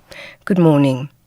Two witnesses are today expected to appear before the Matlanga Commission of Inquiry when it resumes its hearings in Pretoria. The commission is probing allegations of criminality, corruption and political interference in the police and criminal justice system. KwaZulu-Natal Police Commissioner Nhlanhla Mkhwanazi made the allegations last year. Jeremy Michaels is the commission spokesperson. The Matlanga Commission will today, that's Monday the 26th of January, hold its first public hearing for 2026. Following the testimony in December last year of Police Minister Senzo Mchunu regarding the disbandment of the Political Killings Task Team, the Commission's hearing on Monday will continue with that theme and evidence related to political interference. Two new witnesses are due to take the stand today. The mother of media personality Warwick DJ Wara's Stock believes the man accused of involvement in a son's killing would evade trial if granted bail. The Johannesburg Magistrates Court is expected to rule in Victor Majola's bail application when the case resumes today. The state alleges Majola orchestrated the killing of DJ Waras last month. The investigating officer says details of the media personality and those of his partner were found on Majola's phone. DJ Waras was shot dead outside a building in Johannesburg. Beverly Stock, the mother of DJ Waras, spoke exclusively to SABC News.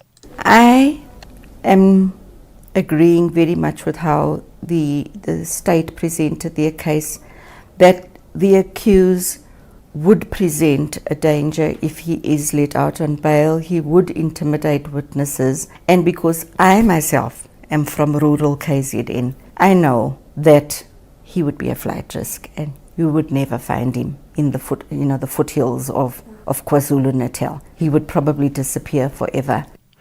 Political analyst Ongama Mtimkas says Action SA's move to merge with two parties is a wise move.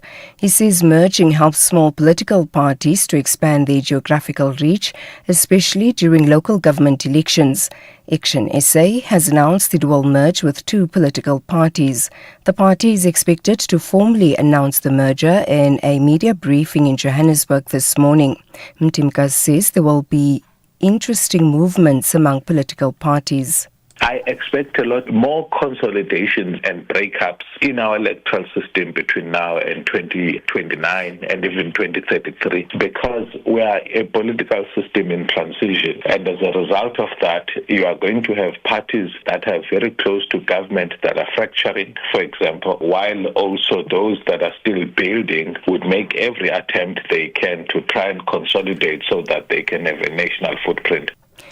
The family of a businessman whose car was swept away whilst trying to cross a submerged bridge in Twinga village in Limpopo says it hopes he will be found. The incident happened last week after heavy rains caused severe flooding in the village. Yesterday, rescue teams retrieved Nur Ali's vehicle 300 meters from where it was swept away. The businessman was with a passenger when the incident happened. Family spokesperson Abdullahi Robeljis. Since the 17th January, we was missing our brother and his packy, but today we recovered the packy and we still missing our brother. So we hope that we will meet him and we'll get our brother back. And I want to take this opportunity to give the big appreciate to the South African government, the local government and national level, how they support us and how they put together our brother, the daily basis effort. And finally, more than 1 million households and businesses across the U.S. are without power. This as a massive winter storm hits vast areas with dangerously cold weather conditions. 2 people have died from hypothermia in Louisiana. Here's the BBC's Elizabeth Rizzini. It looks like the very cold air is going to stay with us until we get into the start of February. But at least the risk of all of that snowfall and the freezing rain will have gone. It's the freezing rain that's been causing a lot of problems. It's very dangerous. It falls as super cooled droplets of liquid rain. It passes through a milder layer of air, and then when it hits surfaces on the ground, it just freezes immediately. So up to 1 inch of ice falling on some structures, just going to destroy them. Tree damage, power cables. Recapping the top story, 2 witnesses are today expected to appear before the Matlanga Commission of Inquiry when it resumes its hearings. For SAFM News, I am Anne Musa. Outsurance will go out of their way to try and save you money on your car insurance. If they can't, ask for 500 Rand. SMS out to 30754. That's out to 30754. 63-year-old Almero knows all about saving with Outsurance. We do save 417 Rand. That's about 5,000 Rand a year. That's an awesome saving on Almero's 2021 Ford Ranger. And there's an out bonus that you get if you don't claim for 3 years. I am really looking forward to it. How much money could Outsurance save you? Get a quote now. SMS out to 30754. That's out to 30754. Licensed insurer in FSP. TCs and information online. Very good morning to you. In your SFM sports headlines, rugby, the Sharks and the Bulls climb the URC table as the Stormers suffer their first defeat of the season. And in tennis action, the defending champion Madison Keys out of the Australian Open.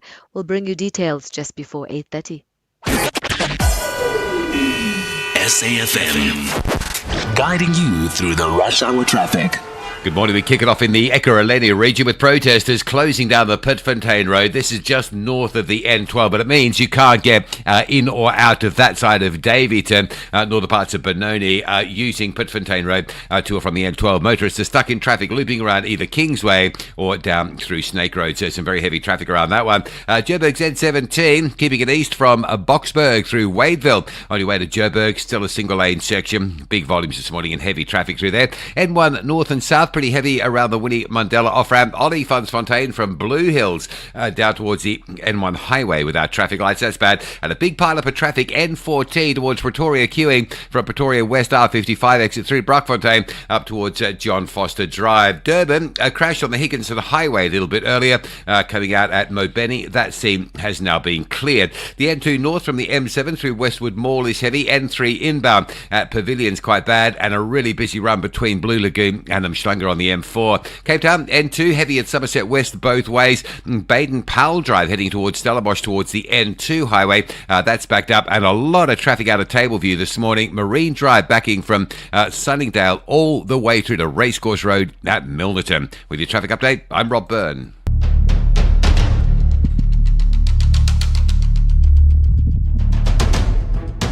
The Morning Brief with Thulasizwe Simelane.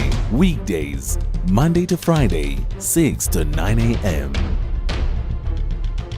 The Morning Brief with Thulasizwe Simelane. Weekdays, Monday to Friday, 6 to 9 a.m. 10 minutes after 8 on this Monday. It's great to be in your company. Welcome to the third hour of the Morning Brief on SAFM 104 to 107, live on all our digital platforms as always. Coming up in the next few minutes, we'll be talking about what's been termed the touristification of Cape Town. Touristification of Cape Town. It's a new term. I didn't know there's such a term. Basically what it's about is about this concern that rentals have increased so much in the city of Cape Town such that only tourists can actually afford to be in the city center, to stay in the city center. So the question that arises is can a city really thrive when the people who keep it running can no longer afford rentals and to live in the city itself and now have to undertake these long commutes? It's been a concern that I think it's a concern we covered a couple of months ago, talking about the conversion of many, conversion of many homes into Airbnb style lets and what they call apart hotels. Long-term housing is the supply of long-term housing is shrinking in the wake of all of that. The concerns about the rental increases in Cape Town. We will cover that with Carlo Mariani, who is a property entrepreneur and the founder of The Property Coach, and that's coming up in the next few minutes. But before we get there, I do want to take one or two of your calls as well as your WhatsApp voice notes. So let's take a quick break. I'll start with your messages that have been coming through on the WhatsApp line. Every day, Randwater's underground pipelines run through servitudes across the country, carrying millions of liters of water to our communities. But when people build too close, it's called encroachment, and it's very dangerous. If a pipeline bursts, it can flood homes, destroy property, and in many cases, people lose their lives. That's why Randwater marks its servitudes with blue and white beacons, a clear warning to stay clear and safe. When we protect Randwater's servitudes, we protect our communities too. Randwater, finding new ways.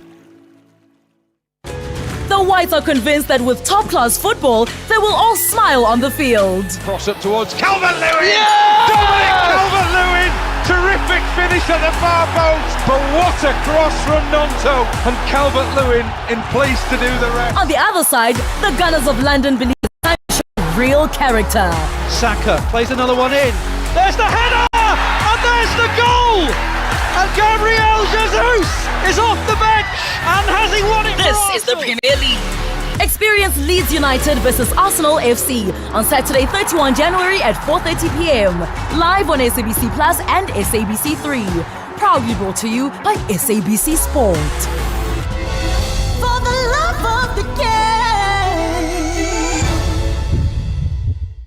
If you think you cannot afford a lawyer, think again.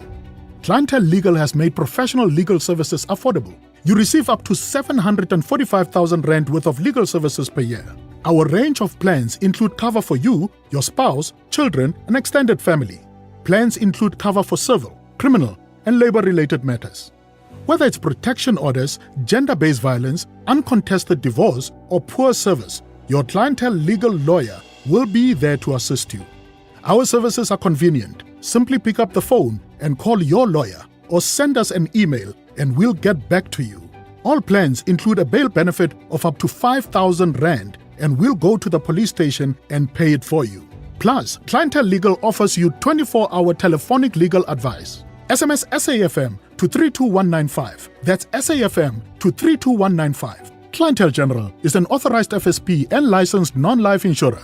T's and C's online. Standard rates apply.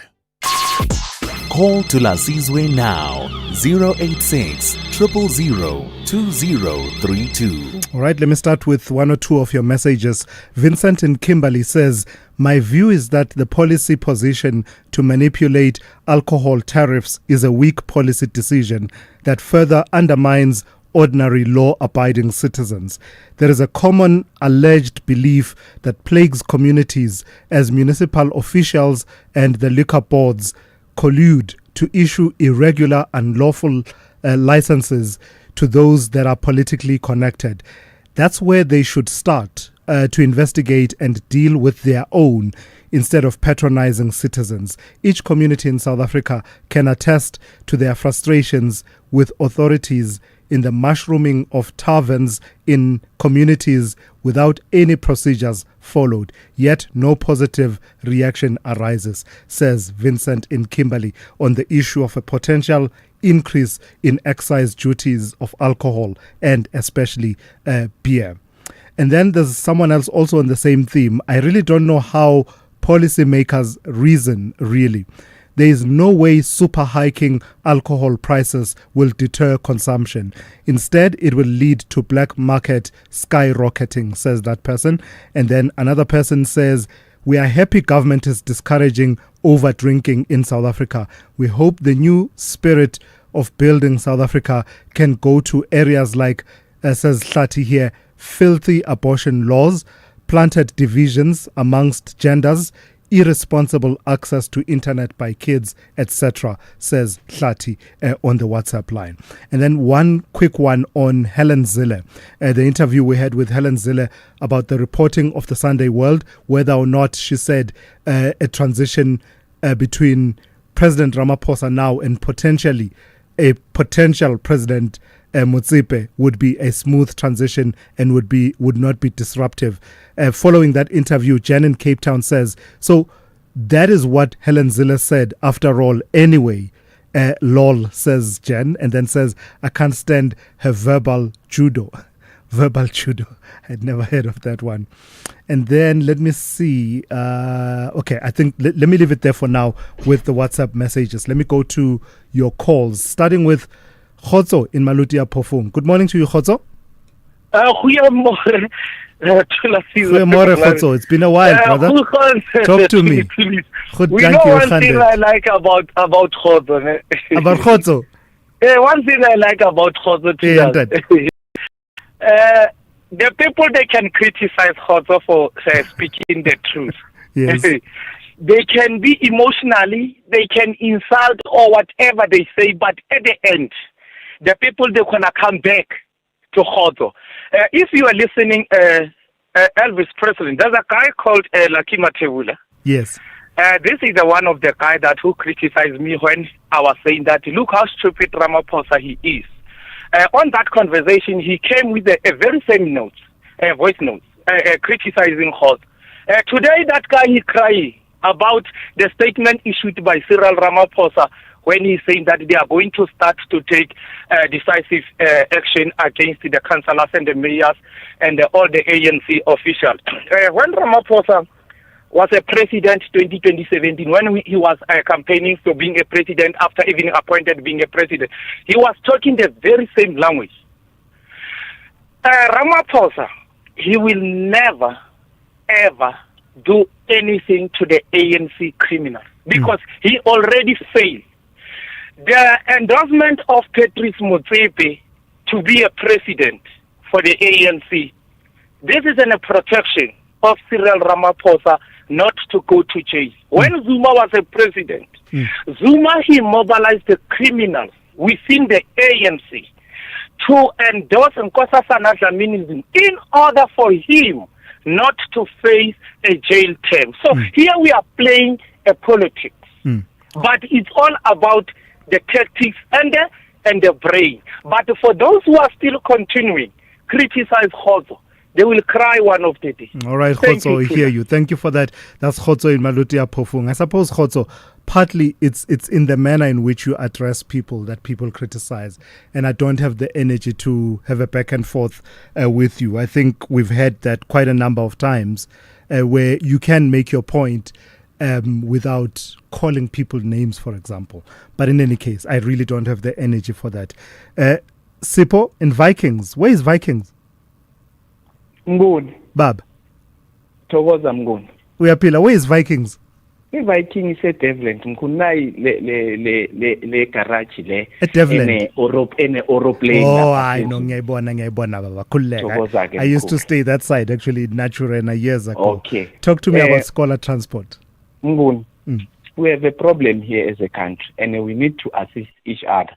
Either the government is not telling the truth or the Scholar Transport Association are not telling the truth about the cars that are being impounded. I'm asking you for the benefit of the country.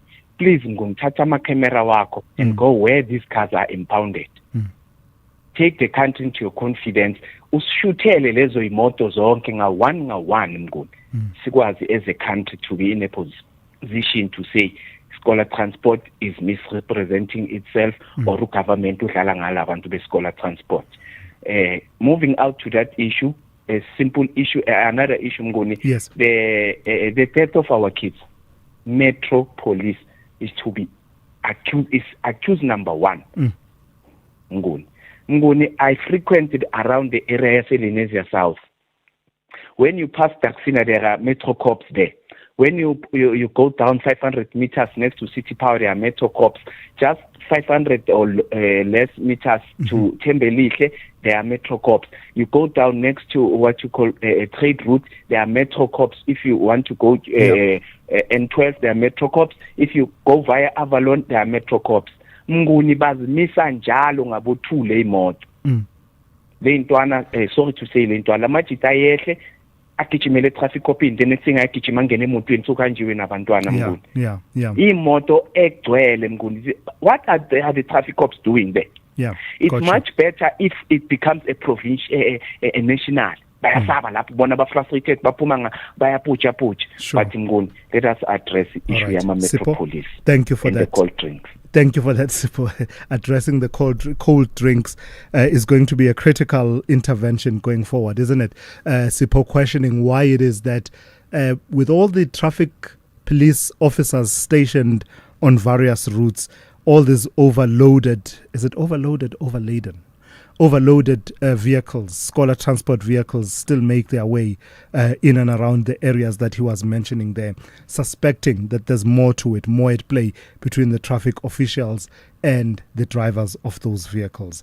Mandla in Boksburg, good morning to you. Short and sharp for me if you don't mind. Thank you very much, Thulasizwe. I'm going to learn to address you as Nguni if I want more time when next time I call. You want to bribe me? I'm going to bribe you. Make a cold drink now. That's my cold drink. Just say Nguni.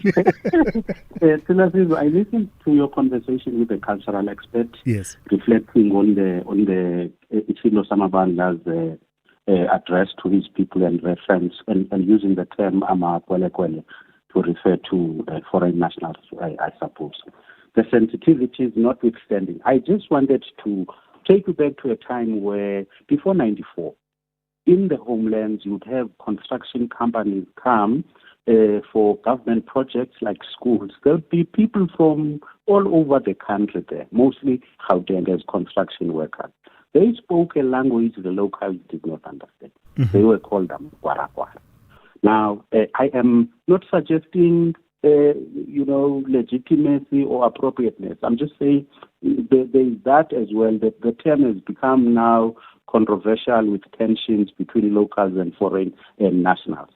That's the first thing. The second thing is, if the king was talking to my grandfather in Bomong and my uncle in Nongom, that is the term that would resonate with how those people are.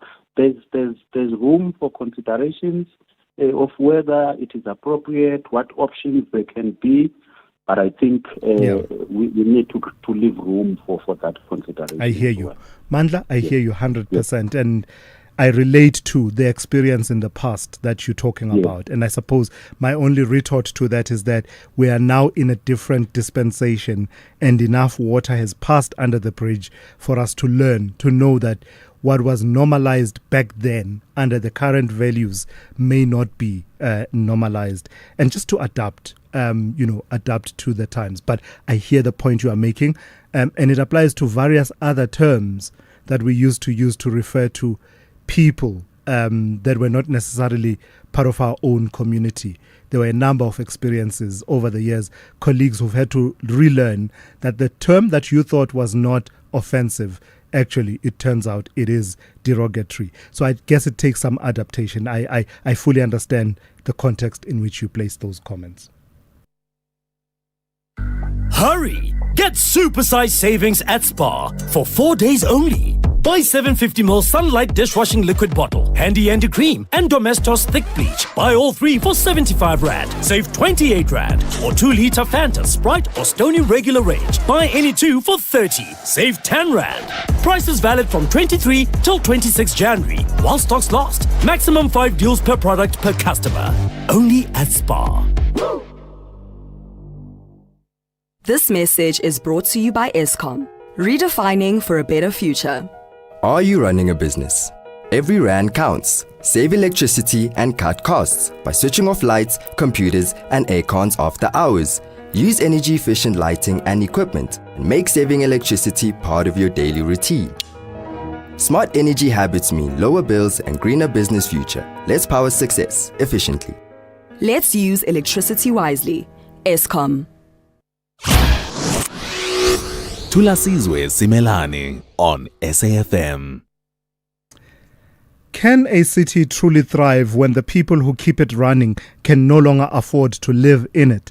That question is hanging heavily over Cape Town, where rising rentals on the Atlantic seaboard and in the inner city are increasingly being driven by demand for short-term and tourist accommodation rather than local wages. As thousands of homes are converted into Airbnb-style lets and apart hotels, long-term housing supply has shrunk, pushing rents far beyond what most Cape Townians earn. Critics are warning that this quote-unquote touristification of the city centre risks hollowing out communities, turning neighbourhoods into temporary playgrounds for visitors while workers are forced further and further away. Let's speak to Carlo Mariani, property entrepreneur and founder of The Property Coach. Good morning to you and thank you for your time. When we say this phenomenon of skyrocketing rentals, especially in Cape Town's inner city, is it backed up and, backed up by the numbers and the figures? What are we talking about? What is this phenomenon that we are saying is driving locals out of the city centre? Good morning to Thulasizwe and good morning to all your listeners. Well, there is no doubt that there is a challenge in terms of rising rents. But I think in South Africa, we tend to be very much focused on what is not working, what the problem. And I think this is clearly something that is coming out of success. So I think it's important that we start celebrating success of Cape Town as a global tourist destination. And clearly this is having an impact, and it does have its challenges like everywhere else where tourism is such a big driver of growth.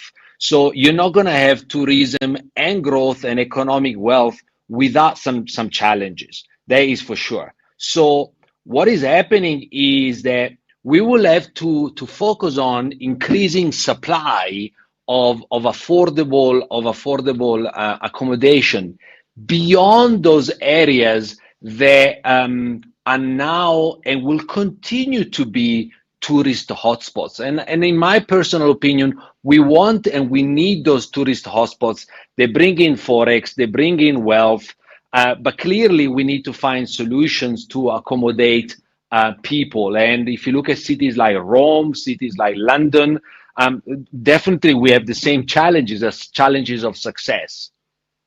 So, but if you take the figures though, the figures cited in some of the reporting I've seen say that the average for a one-bedroom apartment in Cape Town's city centre as we start the year sits anywhere between 13,000 and 15,000 Rand a month, one bedroom. When you go 2 bedrooms in the inner city, average anything around 28,000 up to 30, up by some 3,900 since around 2023. When you compare that with the rest of the country, how does that compare? Well, it's clearly exceptionally more sort of expensive than places like Johannesburg, for example, where I'm streaming from. But if you look at London, London, 50% of the income of professionals go to paying rent. So this is not a once-off situation across the world. What's going to happen, and I think my focus is to really help investors benefiting from the opportunities as well, is secondary affordable nodes will see tremendous growth. So if you look, for example, in areas like Pinelands, well, Pinelands is going to grow through a massive growth. So growth comes with pain. I have a 12-year-old, and we experiencing growth pains. But we also got to celebrate success and celebrate how Cape Town has established itself on the global map as a fantastic destination. All right, Carlo, thank you for that insight. Carlo Mariani is property entrepreneur, also founder of The Property Coach. And Musa is on standby with the latest news. Good morning. Thanks to us in the headlines. The Nkabinde inquiry into suspended South Gauteng Public Prosecutions Director, Advocate Andrew Chauke's fitness to hold office will resume in Pretoria today. It's unclear whether National Public Prosecutions Director Shamila Batoy, who's due to retire next week, will return to the witness stand. 2 witnesses are today expected to appear before the Madlanga Commission of Inquiry when it resumes its hearings in Pretoria. The Commission is probing allegations of criminality, corruption and political interference in the police and criminal justice system. And US President Donald Trump has indicated he might eventually withdraw immigration enforcement officials from the city of Minneapolis. This as outrage grow over federal agents' fatal shooting of a nurse on Saturday. I'll have details on these and other stories at 9. SAFM, guiding you through the rush hour traffic. Been warning you all morning that post-payday Monday brings with it some really big volumes, and you can see that even for this time of day, still really high, really big volumes, particularly across the Joburg network of highways. The Mike 1 in the Melrose-Sandton area, absolutely jammed both ways. N1 around Winnie Mandela, solid from Rivonia, pretty heavy coming out from Bayers Nordia. Also just back to that Mike 1, Boysons through Braamfontein, still jam-packed. The N3 near the cement factory, heavy pressure up in towards the Bedfordview area. And a couple of issues if you're around the N14 highway in Pretoria. The Krugersdorp Highway, really heavy from Pretoria West up to an operation before Brakfontein. And then once you get through all that, if you're turning through to Pretoria, there's a crash on the N14 Ben Schoeman going into Jean Avenue. So there's an additional delay as well. Cliffdale, on your way to Durban, that's all cleared up, thankfully. The N2 northbound stays heavy. Big volumes there as well. From the M7, moving through Spaghetti Junction into the roadworks at Westwood Mall. Normally, you'd get through there unscathed, but not this morning. Cape Town, the N7, both ways between Plattercliff Road and Goodwood jam-packed. You've got some big volume of traffic at Edgemead, Summer Green, and then you've got the roadworks as you get through Goodwood in towards Epping area. The N1 inbound at Brackenfell's heavy, and Van Riebeeck Road, Strand Road around the R300, whether you're going out of Cales River or down from Stickland, heavy backlogs there as well. Rob Byrne, SAFM Traffic. This is SAFM Sport with Zai Khan. Hey Zai, good morning to you. So the Sharks swim upstream and the Bulls are galloping ahead, but the storm is not really storming, is it? No, it's not. Storm is not really storming. There was no storm. I don't know what that was. It was a weak attempt at something, but yeah, Thulas, we have to say this URC log. 1 week you're top, next week you're checking the fine print and looking to see if there's a storm coming, and there wasn't. That's rugby for you, but it's exciting nevertheless. Sharks, Bulls, big movers in this championship. The Sharks handed the Stormers their first defeat of the season. 30-19 was the win in Cape Town, climbing to 11th on the log ahead of the return derby in Durban. The Bulls also impressed, beating Edinburgh 19-17 for their first ever win in Glasgow, while the Stormers slipped to second as the Glasgow Warriors moved to the top. Now, soccer, Kaizer Chiefs getting the result they needed in the CAF Confed Cup, grinding out a crucial 1-0 win away to Zesco United in Ndola, Zambia. It wasn't pretty, but it was effective. Pule Mode striking early on a different and difficult surface. After the match, co-coach Khalil Ben Yusuf explained why pragmatism matters more than style.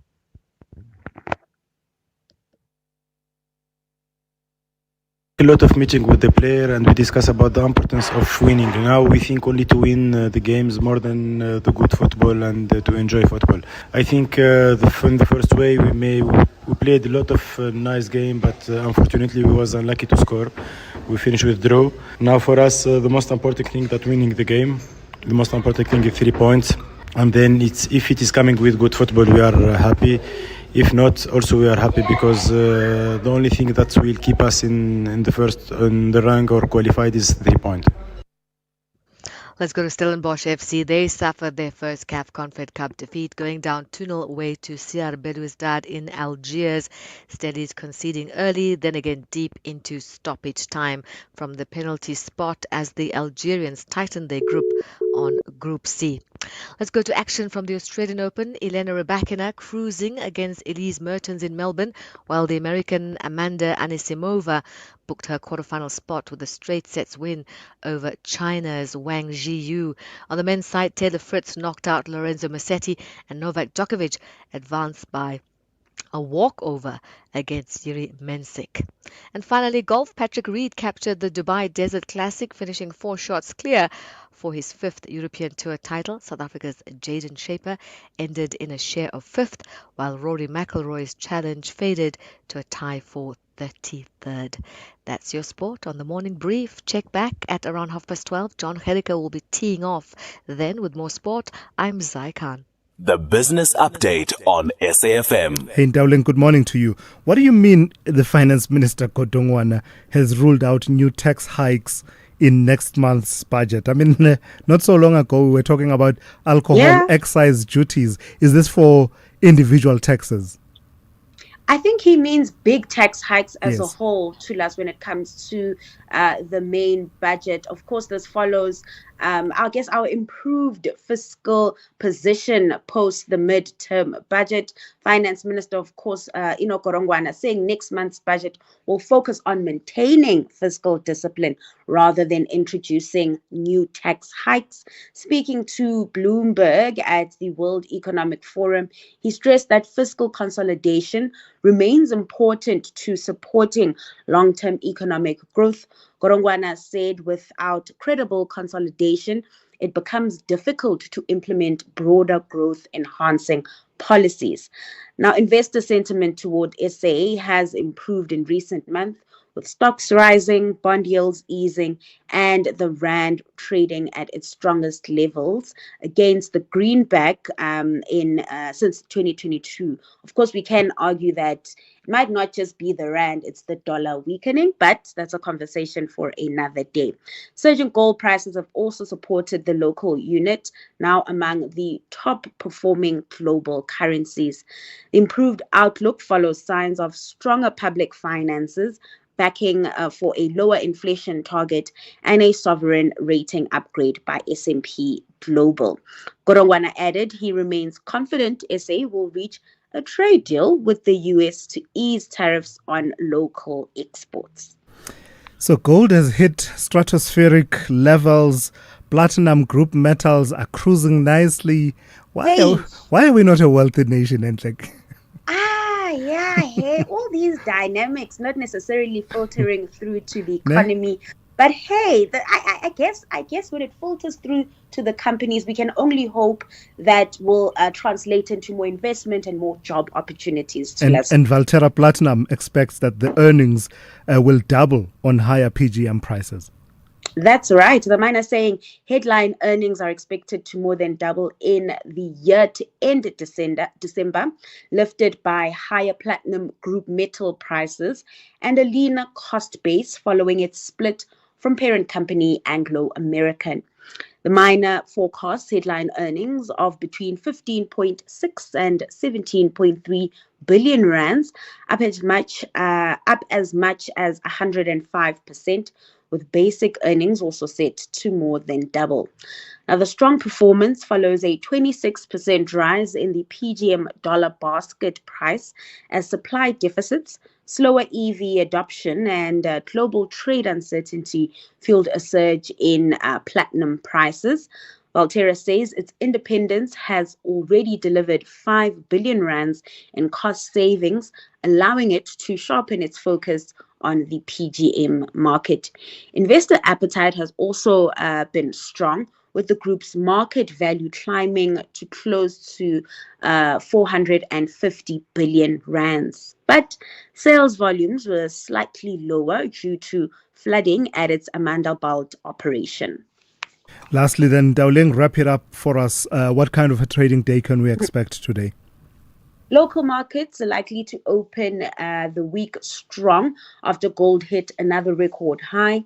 In terms of company news, traders will be going through cash builds update. Meanwhile, in currency markets, the rand remains strong against major global currency pairs, just showing that the strength we are seeing in the local unit is broad-based.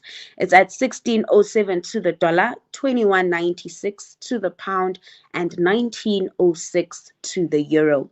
In commodities, oil up 0.64%, trading just under $65 a barrel. And then back to equities, stateside futures are in negative territory as traders exercise some caution ahead of big tech earnings and a Fed interest rate move. Stocks in Asia also in the red, with Japan's currency dynamics weighing on sentiment there. All right, Dowling, thank you for today. Dowling Lechela has kept you updated on business, economics, and the markets throughout the morning.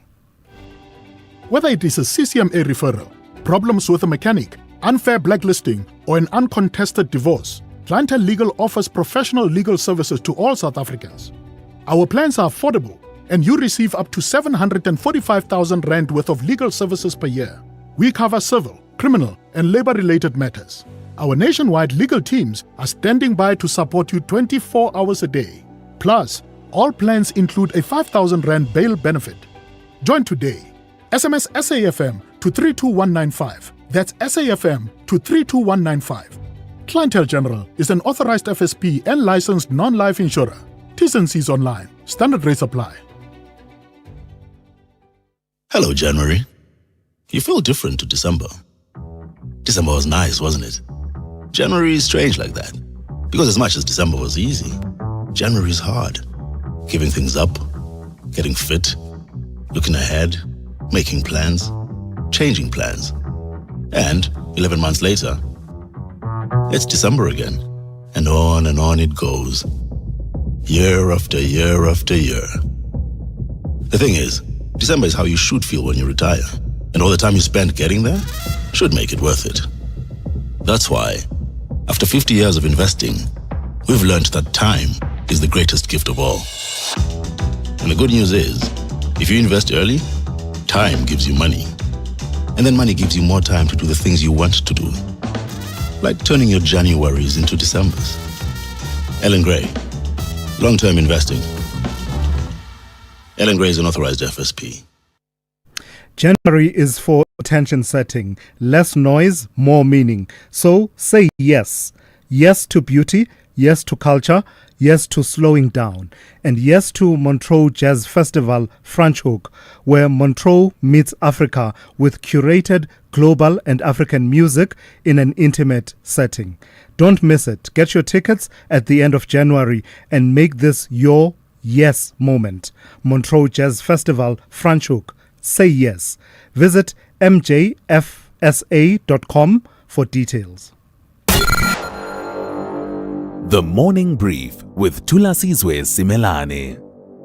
Let's talk foreign policy. The country's foreign policy back under the spotlight as tensions within the governing coalition known as the Government of National Unity continue to surface. The DA leader, John Steenhuisen, is calling for an urgent foreign policy lekgotla, arguing that while the GNU is relatively stable, there is no shared understanding of what constitutes South Africa's national interest on the global stage.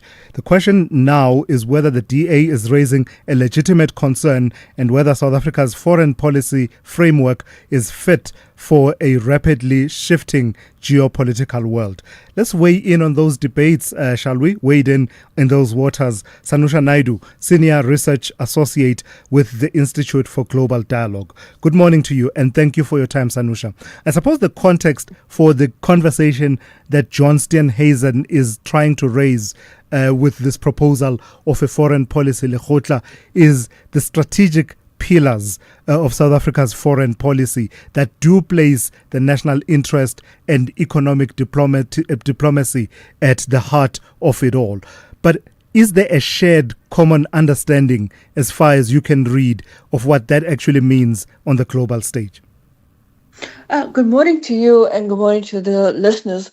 It's been a debate that has constantly come up in both Parliament as well as when you see in the last few years the positioning of parties like the DA on South Africa's foreign policy.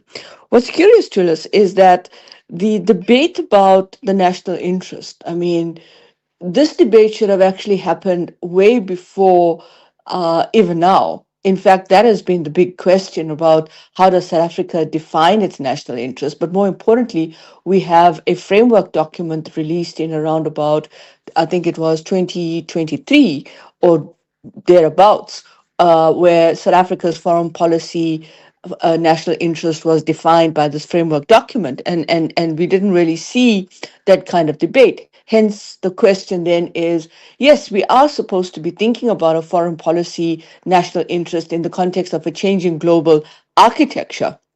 But the question, I think, when you listen to the reasoning by the DA and even by the Freedom Front Plus, that South Africa's foreign policy based on its national interest is not aligning to the interests of where the world is. The question is, whose interests are we trying to define here? Because it seems to have been steered or stimulated or catalyzed by the fact that South Africa has this relationship with countries that are considered to be non-aligned countries, or South Africa's national interest in the BRICS is not aligning to where the world is. Right now, we're in a very dystopian global order. In fact, if you really think about what has happened at Davos, if you really think about what has been going on in the last couple of years around the global order, you just got to think about the fact that we're not just having a rupture, as the Canadian Prime Minister mentioned in his speech, which is being ventilated so rapidly around the characterization of the international order. We're actually going through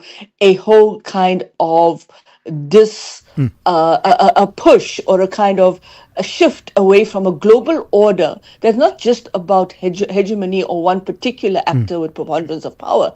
It is actually a whole cultural, civilizational, economic, etc. Benchmark, I would argue, that I haven't seen enough of is how the South African rand has strengthened against the dollar. That's the bigger debate here, and the question of what is happening to the gold. So I think it is an important debate, but the question is why they're doing it, and is it for the right reason? Is it a foreign policy that is centered and anchored on advancing the national interest compatible with a position that also at the same time seeks to foreground your values? So, for example, are there instances where, our insistence on foregrounding our values and living out our values on the global stage clash with our national interest? Give a silly example.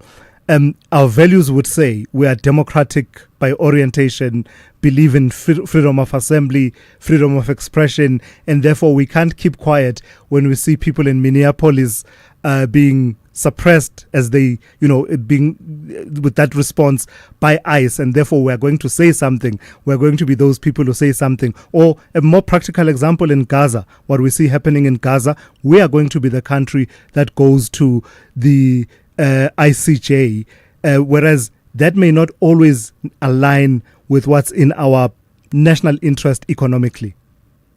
Well, the question around the national interest is, if you go back to the kind of order, the kind of international debates or international architecture before the First World War, after the Second World War, in terms of what is the national interest. I mean, the challenge with the national interest is that the national interest is supposed to serve both your domestic pillars as well as what those interests are in terms of advancing your engagements with particular countries, with particular entities in terms of how you define that national interest. Now, yes, there is this question of a clash between what your values are and what your interests are, because sometimes your interests can be much more parochial and the values are much more expansive. But that's the challenge, right? When you think about international relations and when you start to think about the value orientation of the international system, it's built on the liberal international architecture. And that kind of architecture talks about a value proposition. However, show me a country that has not necessarily aligned both its interests and values in a cohesive way. It hasn't done that. There's always been that disconnect between what your interests are and what your values are. We've seen it through the Cold War. We've seen it through various iterations of engagements around the war on terrorism, in terms of what the values are and what the interests are. And the interests always seem to supersede what the values are. So to single out a single country or to say that this country is not aligning to its values, it's almost hypocrisy, because at the end of the day, you've got to now also think about, if you're going to call out a country and you're going to say, South Africa's foreign policy is not aligning to the values of what the GNU is, or what the GNU is supposed to project. The question is, what are those values in terms of whether it is the consensus document, etc. I think what's really interesting in the context of South Africa is, for the first time, we are now seeing how much of foreign policy is becoming domesticated within the context of South Africa's domestic architecture. And this hasn't happened before. But the question then is it about really the values and the interests? Because those values and interests at times may align, but sometimes there's a tension between the two, because the two may not necessarily reconcile with what it is that you are trying to do in the international system. All right. Thank you for that. You've gotten us thinking, given us a lot to chew on there. Sanusha Naidu, Senior Research Associate with the Institute for Global Dialogue. SAFM. Guiding you through the rush hour traffic. Good morning. We started in Mpumalanga. A reminder of protesting just north of Bushbuck Ridge. Again, protesters that side of the country do like to commandeer trucks, pull them across the road, and then disappear with the key. So it's a hard obstruction, and it takes a long time to clear. So if you're driving north of Bushbuck Ridge on the R40, expect some delays, bit of waiting around, possibly some diversions, and of course you'll be diverting onto some roads that may be compromised with the heavy rainfall that they've had in that area. So just give yourself plenty of time to get through. Otherwise, perhaps travel once that R40 is cleared and open. Plenty of traffic around Joburg this morning. N1 South, Rivonia down to William Mandela, jam-packed. The Mike 1 coming off the N1 Buccleuch down to Melrose via Sandton, busy. Melrose up to Sandton going north, also very slow. And some real pressure on the N1 through Midrand now. There looks like an issue. I'm just going to zoom on this. Crash northbound at Olifantsfontein. If you're on your way to Pretoria, that's heavy. There's also then a breakdown on the southbound side. So southbound from Old Joburg, having a look at the crash and then into a breakdown. That's equally heavy both ways. N1 around Olifantsfontein in Midrand. There is a bit of action on the run between Kwamashu and Claremont, quite a Becker this morning. Dumasani Mkaya being closed off. That may be some protesting. If you're on your way down to quite a Becker or sort of Claremont, New Germany, Dumasani and Mkaya currently closed off to traffic. N2 North stays really heavy as well on that run up through Spaghetti Junction towards Gedda roadside. And Cape Town, N7 South is slow from Plattekloof to Bosmansdam. Going out of Goodwood, it's pretty heavily backed up towards the Bosmansdam Road as well. Highways look like they're going to take some time to normalise. High volume Monday. And still queuing up on Marine Drive, Tableview through to Sunset Beach. Rob Byrne, SAFM Traffic. So you thought you were building a business in this economy, but day by day, somehow it grew. You kept going when the freezer didn't freeze, the bucket didn't budge, and the bank balance barely blinked. So you thought you were building a business.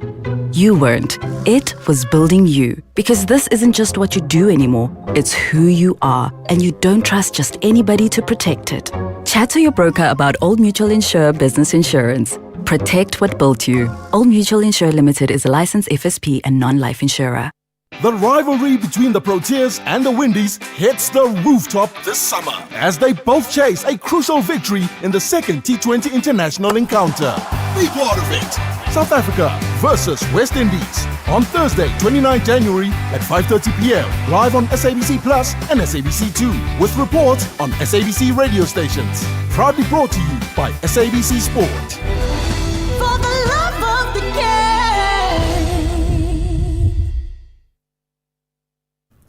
game. Eskom customers, change is here. Eskom is upgrading old electricity meters with modern smart meters, giving you clarity, control, and confidence. With your new meter, you'll be able to see your usage in real time, giving you the power to manage your electricity with ease. Smart meters are accurate and help Eskom respond faster to issues. Please allow our authorized installers access to install your new meter. For more information, visit our website, Eskom, redefining for a better future. Call Thulasizwe now, 086 000 2032. All right, before we go, let me mention I seem to have upset Dr. Majid and Peter Maritzburg. And I hear you, Dr. Majid. So let me read out what you said. Dr. Majid says, Thulas, are you rage baiting us early on a Monday? A foreigner is telling us, quote, it is what it is regarding Cape Town property. Cape Town is the site of land theft and settler exploitation and abuse. As a country, we are working for equity, transformation and reformation. This mindset your speaker brings is unpalatable and unacceptable. Our people, our land, our terms, our time. We are not into secondary affordable loans, ntontoni. We are barely paying the bills. No man to us. Monday, says Dr. Majid. Dr. Majid, I hear you.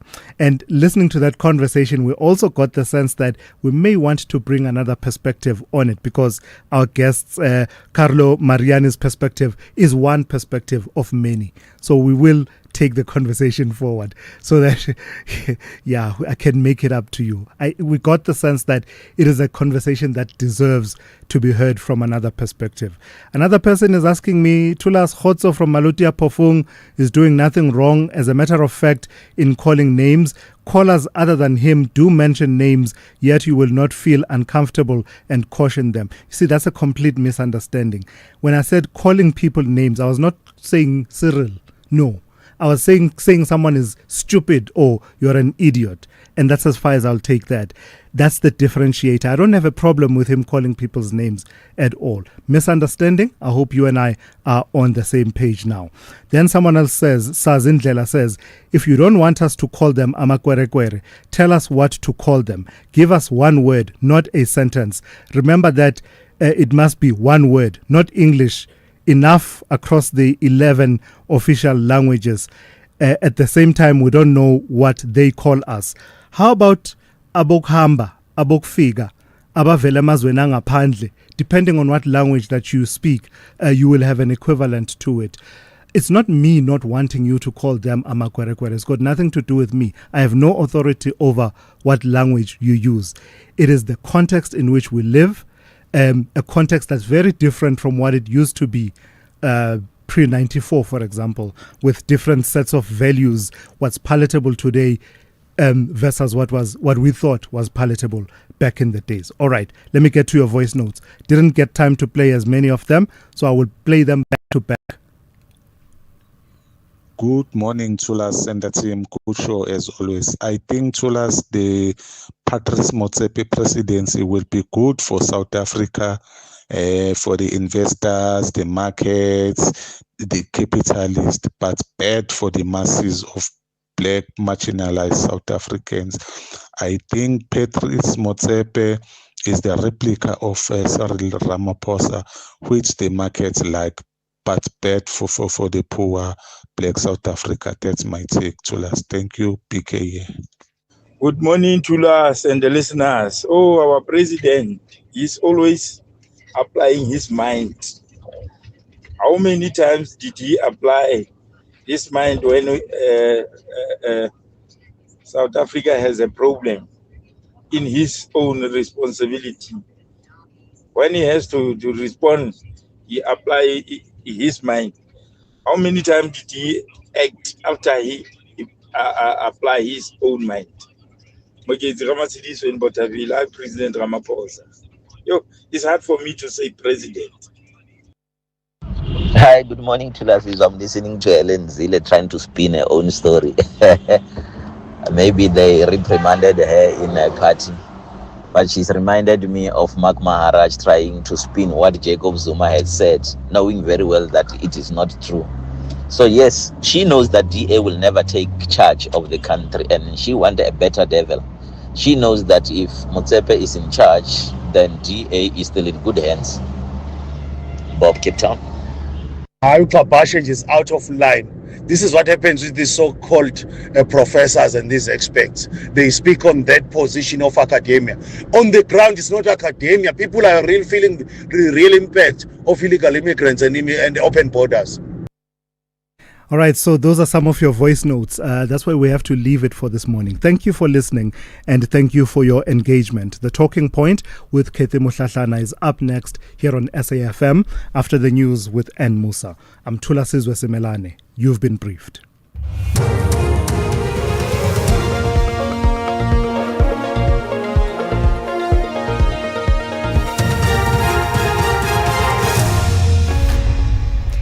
In our top stories, Nkabinde inquiry is set to resume today and Zille denies endorsement of Motsepe. Good morning. The Nkabinde inquiry into suspended South Gauteng Public Prosecutions Director, Advocate Andrew Chauke's fitness to hold office will resume in Pretoria today. It's unclear whether National Public Prosecutions Director, Shamila Batoy, who's due to retire next week, will return to the witness stand. Batoy last month excused herself from the public hearings following a heated exchange when Advocate Tembeka Ngokatobi had cross-examined her. Advocate Ngokatobi is representing Chauke, who Advocate Batoy has accused of having made questionable decisions in high-profile cases. The inquiry spokesperson Istihise Lampuzana. The Nkabinde inquiry will resume its public hearings following the festive adjournment. The hearings form part of the inquiry's mandate to inquire into the fitness of Advocate Andrew Chauke to hold the office of Director of Public Prosecutions for South Gauteng. As proceedings resume, evidence will continue to be led through witnesses called by the evidence leaders, as well as witnesses to be called by the legal team of Advocate Andrew Chauke in accordance with the inquiry's mandate. 2 witnesses are today expected to appear before the Madlanga Commission of Inquiry when it resumes its hearings in Pretoria. The Commission is probing allegations of criminality, corruption and political interference in the police and criminal justice system. KwaZulu-Natal Police Commissioner Nhlanhla Mkhwanazi made the allegations last year. Jeremy Michaels is the Commission spokesperson. The Madlanga Commission will today, that's Monday the 26th of January, hold its first public hearing for 2026. Following the testimony in December last year of Police Minister Senzo Mchunu regarding the disbandment of the Political Killings Task Team, the Commission's hearing on Monday will continue with that theme and evidence related to political interference. 2 new witnesses are due to take the stand today. DA Federal Council Chair Helen Zille says her comments regarding the ANC's potential transition from President Cyril Ramaphosa to his brother-in-law are not an endorsement of Patrice Motsepe. She was responding to a media report that she said the possible election of billionaire Motsepe as ANC president would be a seamless and non-disruptive transition of power. Zille says she would never involve herself in the ANC's internal matters. I, in the context, said very, very clearly what my position is on the ANC's transition. They phone you afterwards, they push you, they get one word like seamless out of you, then they twist it to say that this is what it means endorsing, which it absolutely doesn't, and there you go. You see, the agenda behind it is that these journalists don't want Patrice Motsepe, so they think that if I can endorse Patrice Motsepe, then that reduces his chances. That's how they use politicians to try and drive the agenda. Political analyst Ongama Mtimka says Action SA's move to merge with 2 parties is a wise move. He says merging helps small political parties to expand their geographical reach, especially during local government elections. Action SA has announced it will merge with two political parties. The parties are expected to formally announce the merger in a media briefing in Johannesburg this morning.